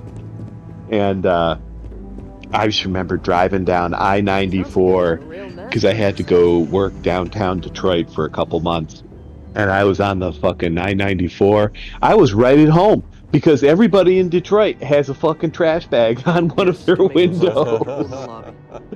So like it wasn't like I fit right in. It was great. But I remember freezing my ass off. And I think that same winter, that was also the year that my heater core on that car broke. So I didn't even have... Yeah, I didn't have heat, and I had the cold winter air blasting through that bag. And nobody can really appreciate the absolute hell that your car makes at 65 miles an hour with the plastic bag on the window. Oh. It's a special hell. Dude, I had to crank up the volume on the podcast I was listening to. Oh my god. And yeah, no, I was literally underneath that car. I replaced the brakes myself, and my mom still says to this day, I've never been more terrified as a mother than when my son replaced his own fucking brakes on a car. And I was like, I tested it. I had to bleed the brakes, and I literally took a hacksaw to the underneath of that car, and I chopped off the stock muffler, which must have been 70 pounds, and I just threw it in the backyard, basically, and I got a cherry bomb glass pack, which is just a fucking straight tube with a little bit of fiberglass on the inside. Yeah, you straight piped it. Yeah, besides the resonator, yeah, I straight piped it, and it wouldn't even, like, it would not stay on there because it was not the correct diameter. Oh, nice. So I just got some muffler tape, and I put the muffler tape on there and cured it, and then I took a fucking old rusty coat hanger, and I used that to tie it to the muffler mounts. And that was the only thing that was keeping that thing on, and I just drove to the gas station just like, because it was a 3.4 liter V6, so it was still rumbling. And then my parents went to a fucking, you know, I forget what they call it, it's like a neighborhood block party or something like that. Yep. And they're like, yep, because I was working for the bread company at that point out of high school. And they're like, yep, we always know when Riley gets up to go to work. I had to wake up at like 4 a.m. and leave by like 4:45 on weekends and Wednesdays. And yep, we always know when Riley gets up and goes to work because we hear that thing.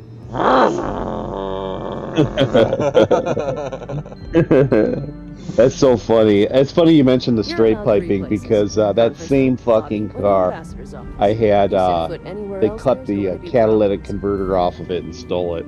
Oh, boy. And yeah, and I was pissed. And I was not going to get a new exhaust system, so I took it to this ghetto garage, and I'm like, well, what can you guys do? And what can you do? And the guy's like, oh, we can just straight pipe it. And I'm like, is that okay? He's like, no, it's not legal. I'm like, all right, well, then why did you suggest it? And he's like, what do you mean? I'm like, he's like, well, what do you want? You want a whole new exhaust? You want me to straight pipe it? I'm like, I guess just straight pipe it. Now, you know what the funny thing was? This car performed so much better after that catalytic converter was cut out of there. Like, I easily got like 50 more horsepower out of that car. I was like, damn, this car's got some pickup. You know, like, what's going on? once that cat was gone, that thing ran like much better, Dude, but it was loud. I made so many fucking videos of this. Of the straight piping.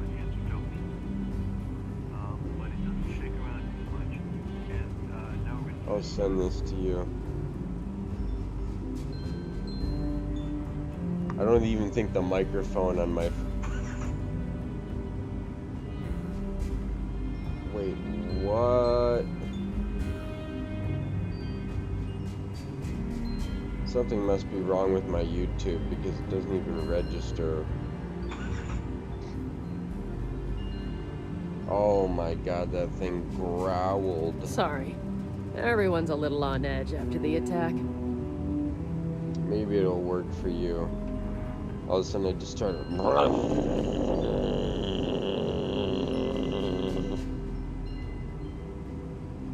It's got 7,000 views. Oh, it's not even registering for me. What the fuck? I can't even hear it. Oh, is that...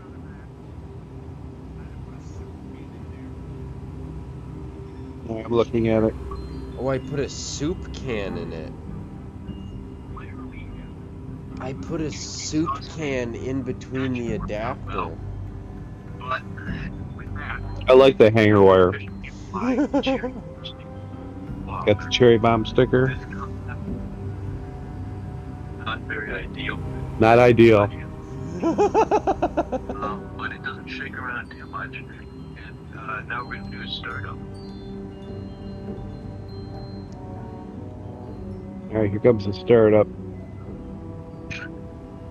Oh, it doesn't, it What the fuck? It doesn't, you don't get it, you don't hear it. Cut out because this fucking, it's so loud that the microphone didn't even pick it up. Yeah, it might probably cut it out. That's too bad.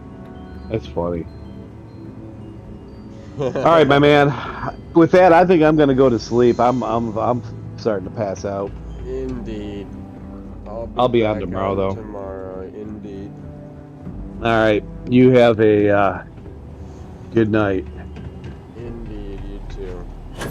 Later. Alright, farewell.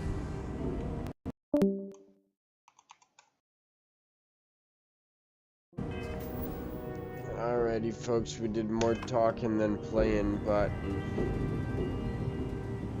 it's fun to reminisce. Alright, we'll be back on here tomorrow, same time, folks. Thanks for everyone who came in. Make sure you like the stream. It's a bummer that that shit never worked. I wonder if the other one straight piped.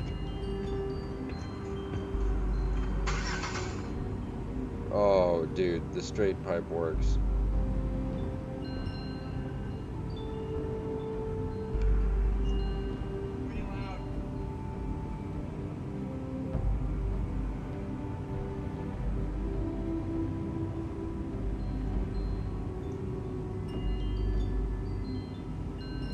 Oh, that's beautiful.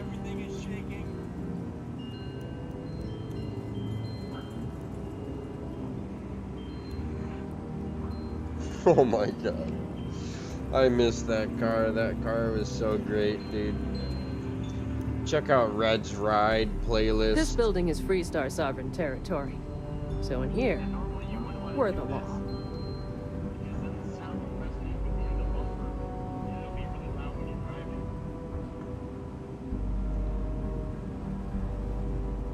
Man.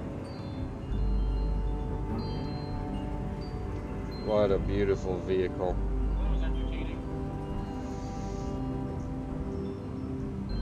Ah, alright, folks. We'll see you later. I gotta pee again. So we'll see you tomorrow. Farewell. Bye-bye. Oops. Now let's try that again. Oh, let's try that again. Alrighty. Bye-bye.